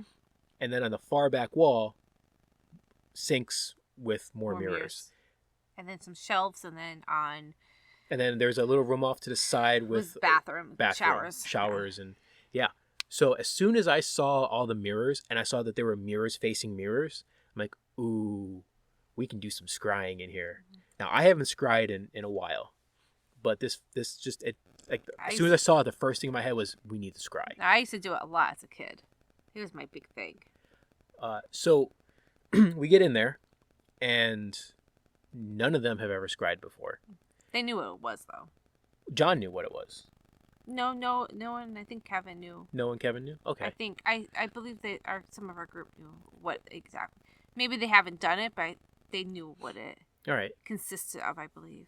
So we told John, because John walked in with us, and I told him, there's mirrors in here. I want to do some scrying. And John he was into it, and he's like, all right, well, he goes, you know what you're doing with that? I'm like, yeah, I've done it before. And he goes, all right, you take the lead on it, explain what it is, run with it. I'm going to go across the hall and work with the other team. Perfect. So, we described what scrying was to them and how to do it. And it was really a very, rudimentary, level 1 introduction to scrying. So I took the side of the table that had the two mirrors facing each other because that kind of amplifies any kind of thing you might see. So we sat there for probably about, I don't know, maybe 10 minutes doing the scrying? I don't know. It felt like eternity to me. So, we'll start with you. You said that you got touched on your arm. Yeah, but I was not. I was not focusing on doing anything. My heart was pounding. Yeah. My heart was pounding out of my chest, and then you can't breathe right. I was feeling 100% off. So, it felt like something was touching my arm. Mm-hmm. I don't know if it was Psychosomatic. I was antsy. Yeah. Now, when I get heart palpitations, I get very antsy. I have to move. Sitting there and staring was the worst thing that I was doing at that moment. Because that requires not only not moving, but also focusing. And I can't do any of that. I wanted to run, basically. I wanted to run a lap around the room. Yeah, scrying was probably not the best idea for you. No, I can tell you. So I don't know if that was my body's way of saying, move. Like, just, I felt. Well, one thing that was interesting was you got touched on your right arm. Mm-hmm. The wall directly to your right covered in handprints. So people who have performed there, they would put their handprints on the wall. Yeah, like they signed the walls. It was just cool. Yeah. I miss theater. And I never noticed the hands on the wall until we turned afterwards when we turned the lights on. I'm like, oh, that's where you were sitting and that's where your arm was and there's hands on the wall and that's just kind of cool. Which, yeah, is cool. I mean, it could be, but I honestly, I'm falling that psychosomatic because I know how physically I was feeling. Yeah. So for me, Debbie and Kayla, what we all saw the same thing. We saw a skull come over our face. So, for me personally, I was sitting there and I was kind of just letting my eyes focus and stare through the mirrors past myself. And so in that regards, my eyes started to cross. Yeah. And so I saw two of me. The one on the left looked normal. Mm-hmm. The one on the right looked distorted. No, it wasn't distorted. It started off normal, and then a skull came over my face. And when after we were done and I mentioned it, Debbie and Kayla said that they saw the same thing, and that's kind of weird. But what was really odd was when I first saw that, I'm like, okay, this is my mind playing tricks on me. I closed my eyes, I looked away, I shook my head. I'm like, okay, I'm starting over.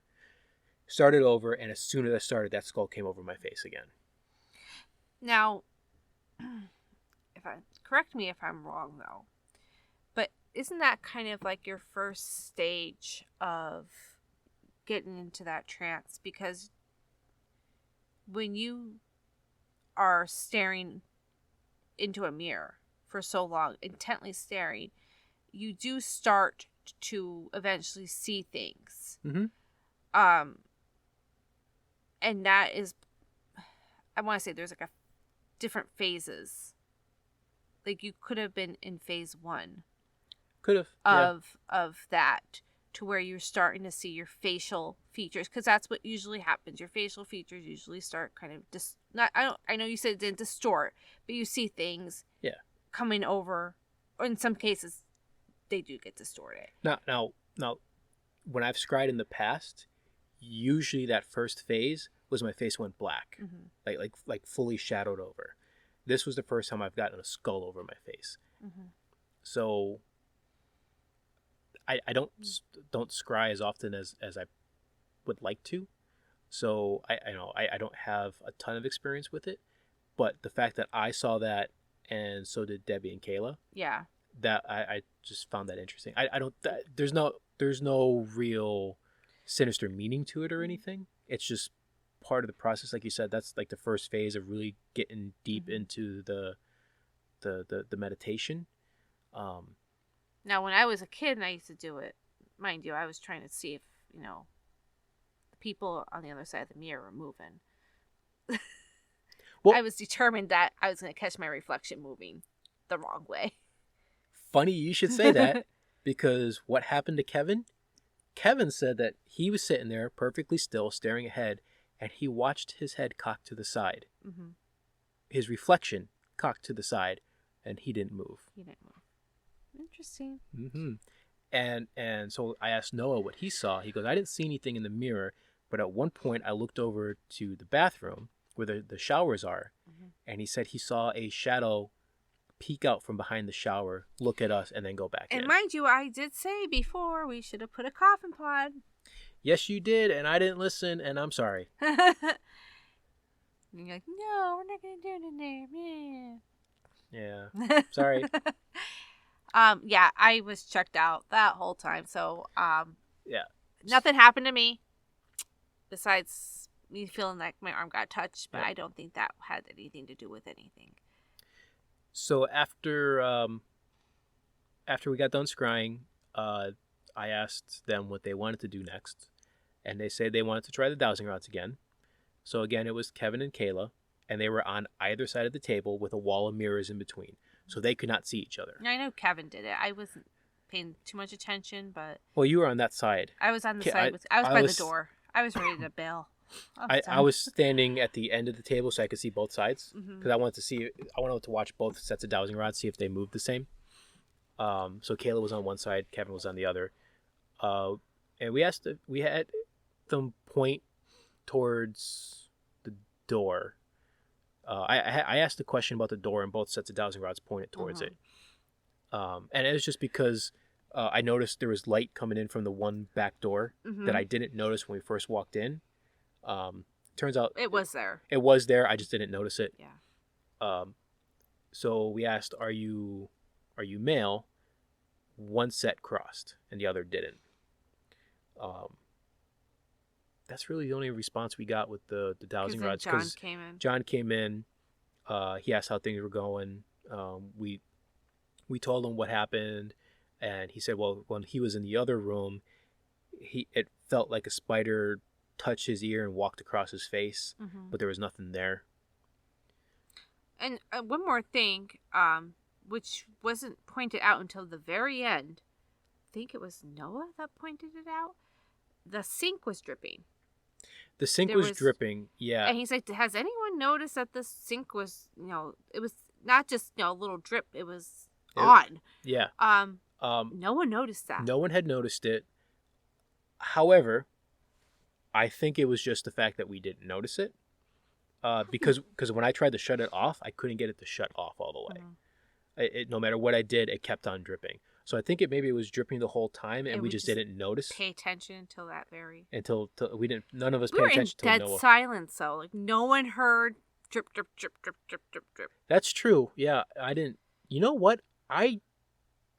We were quiet. There was I no should go back noise. and listen to the audio again, see if I could hear that sink dripping or not.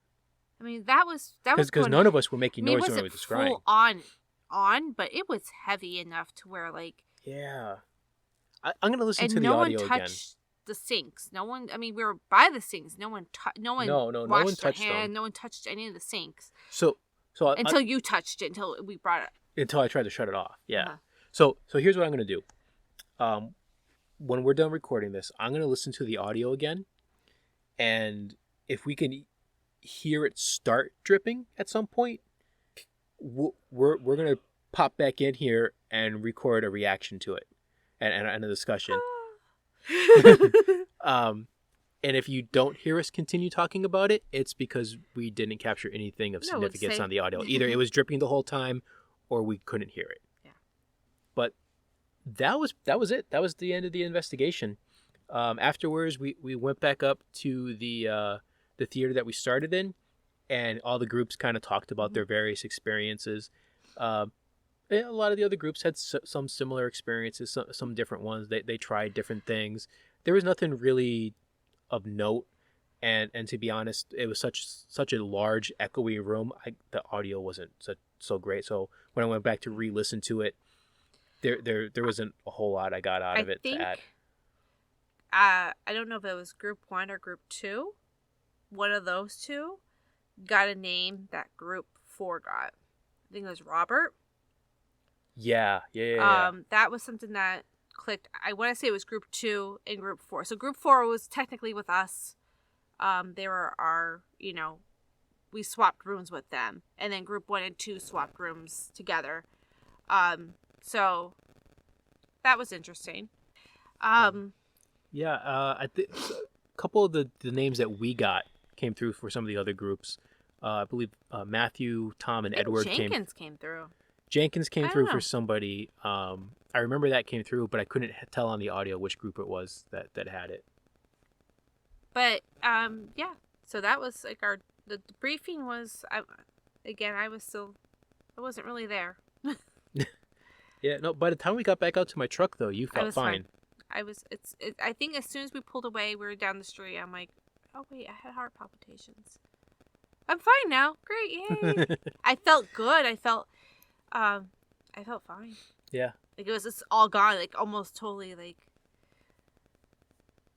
not to say it doesn't happen, because that does happen. There's times when it goes strong and then they're done, and I'm normal. So.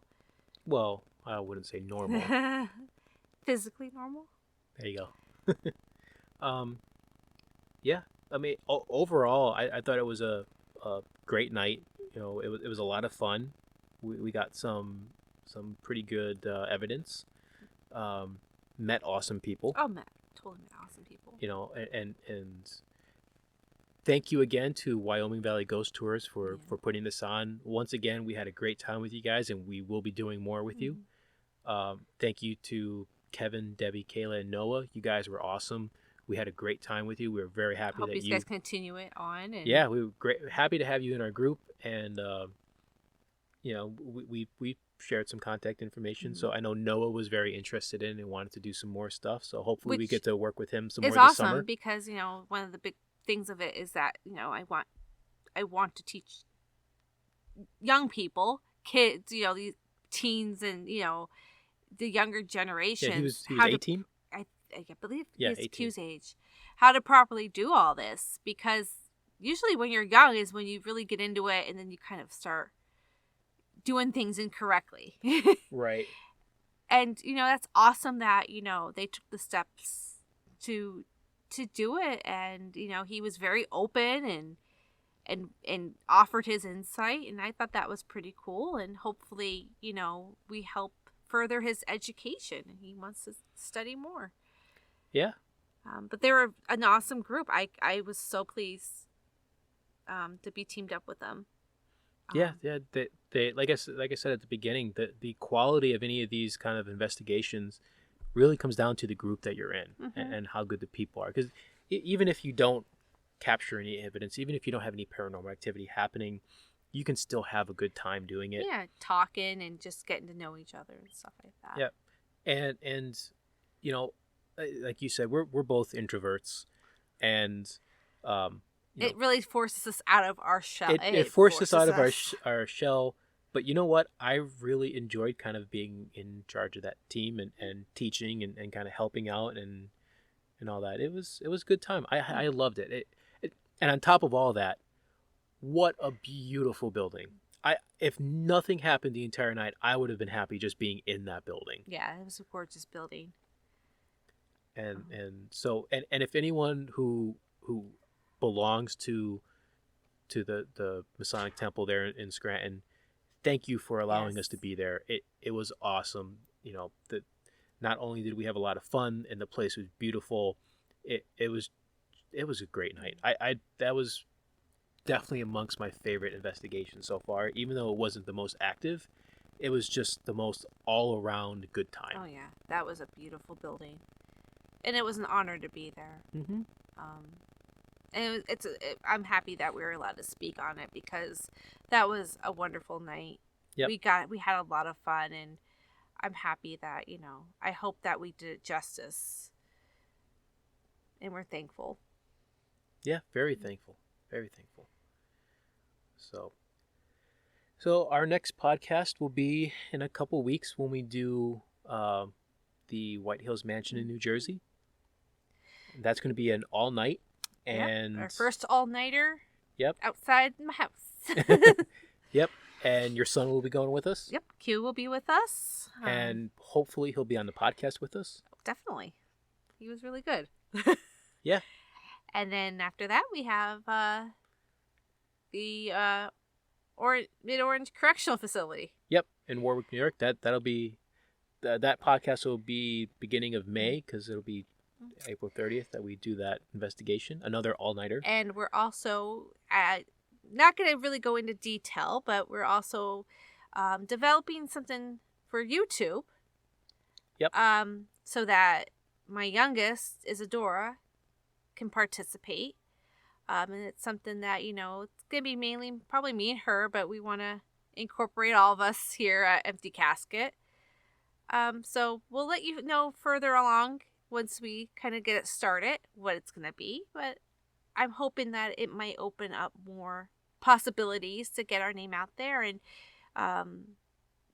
entertain and, give her an opportunity to feel part of the team. Because unfortunately, unless we're taking her out on private investigations or doing something public, a lot of these tours and stuff are not open to children under 16, which I understand, but she really wants to go. Yep. And on top of all that, we are currently working on getting a couple guests lined up for some podcasts in May and June. So that'll be fun. We're slowly getting our ball rolling, and it's kind of exciting, and we're branching out. Honestly, I didn't think we were going to get past episode 1. But here we are, and we're still in the beginning, and it's exciting, and who knows where we'll be in a year. And we're trying to find our niche still. We're trying to find our thing, and it's fun doing this. So it absolutely thank you so much for listening. I hope that you are enjoying these. If anything, you get information on how these tours go, and so please check us out on Instagram at Empty Casket Paranormal, Facebook Empty Casket Paranormal, our YouTube channel also Empty Casket Paranormal. Seems like we have a theme going. Yeah, a little bit. So we try to post there. We don't post as often as we probably should, but anytime we're working on any kind of new equipment, I'm putting together a YouTube video about the equipment, just in general, the equipment we use, how to use it, the methods that we use, and then I'm going to go into detail on some of the equipment that I'm building, and just try to put out there what we know, and hopefully somebody will come back and give us their counterpoint to it, and we can keep growing and learning and adjusting how we do things until we get it right. We're already meeting really cool people, and we're meeting awesome people.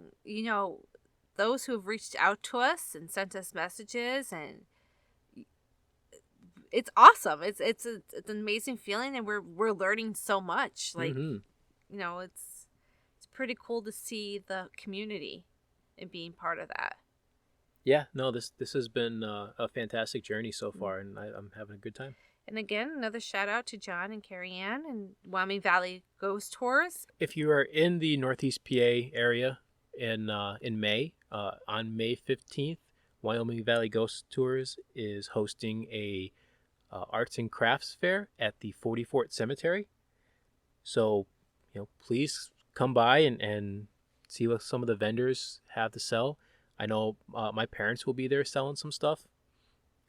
They do all kinds of woodworking things, and they're going to have a lot of religious items and fairies and some weird unicorns with wings and some other cool stuff that they've been working on.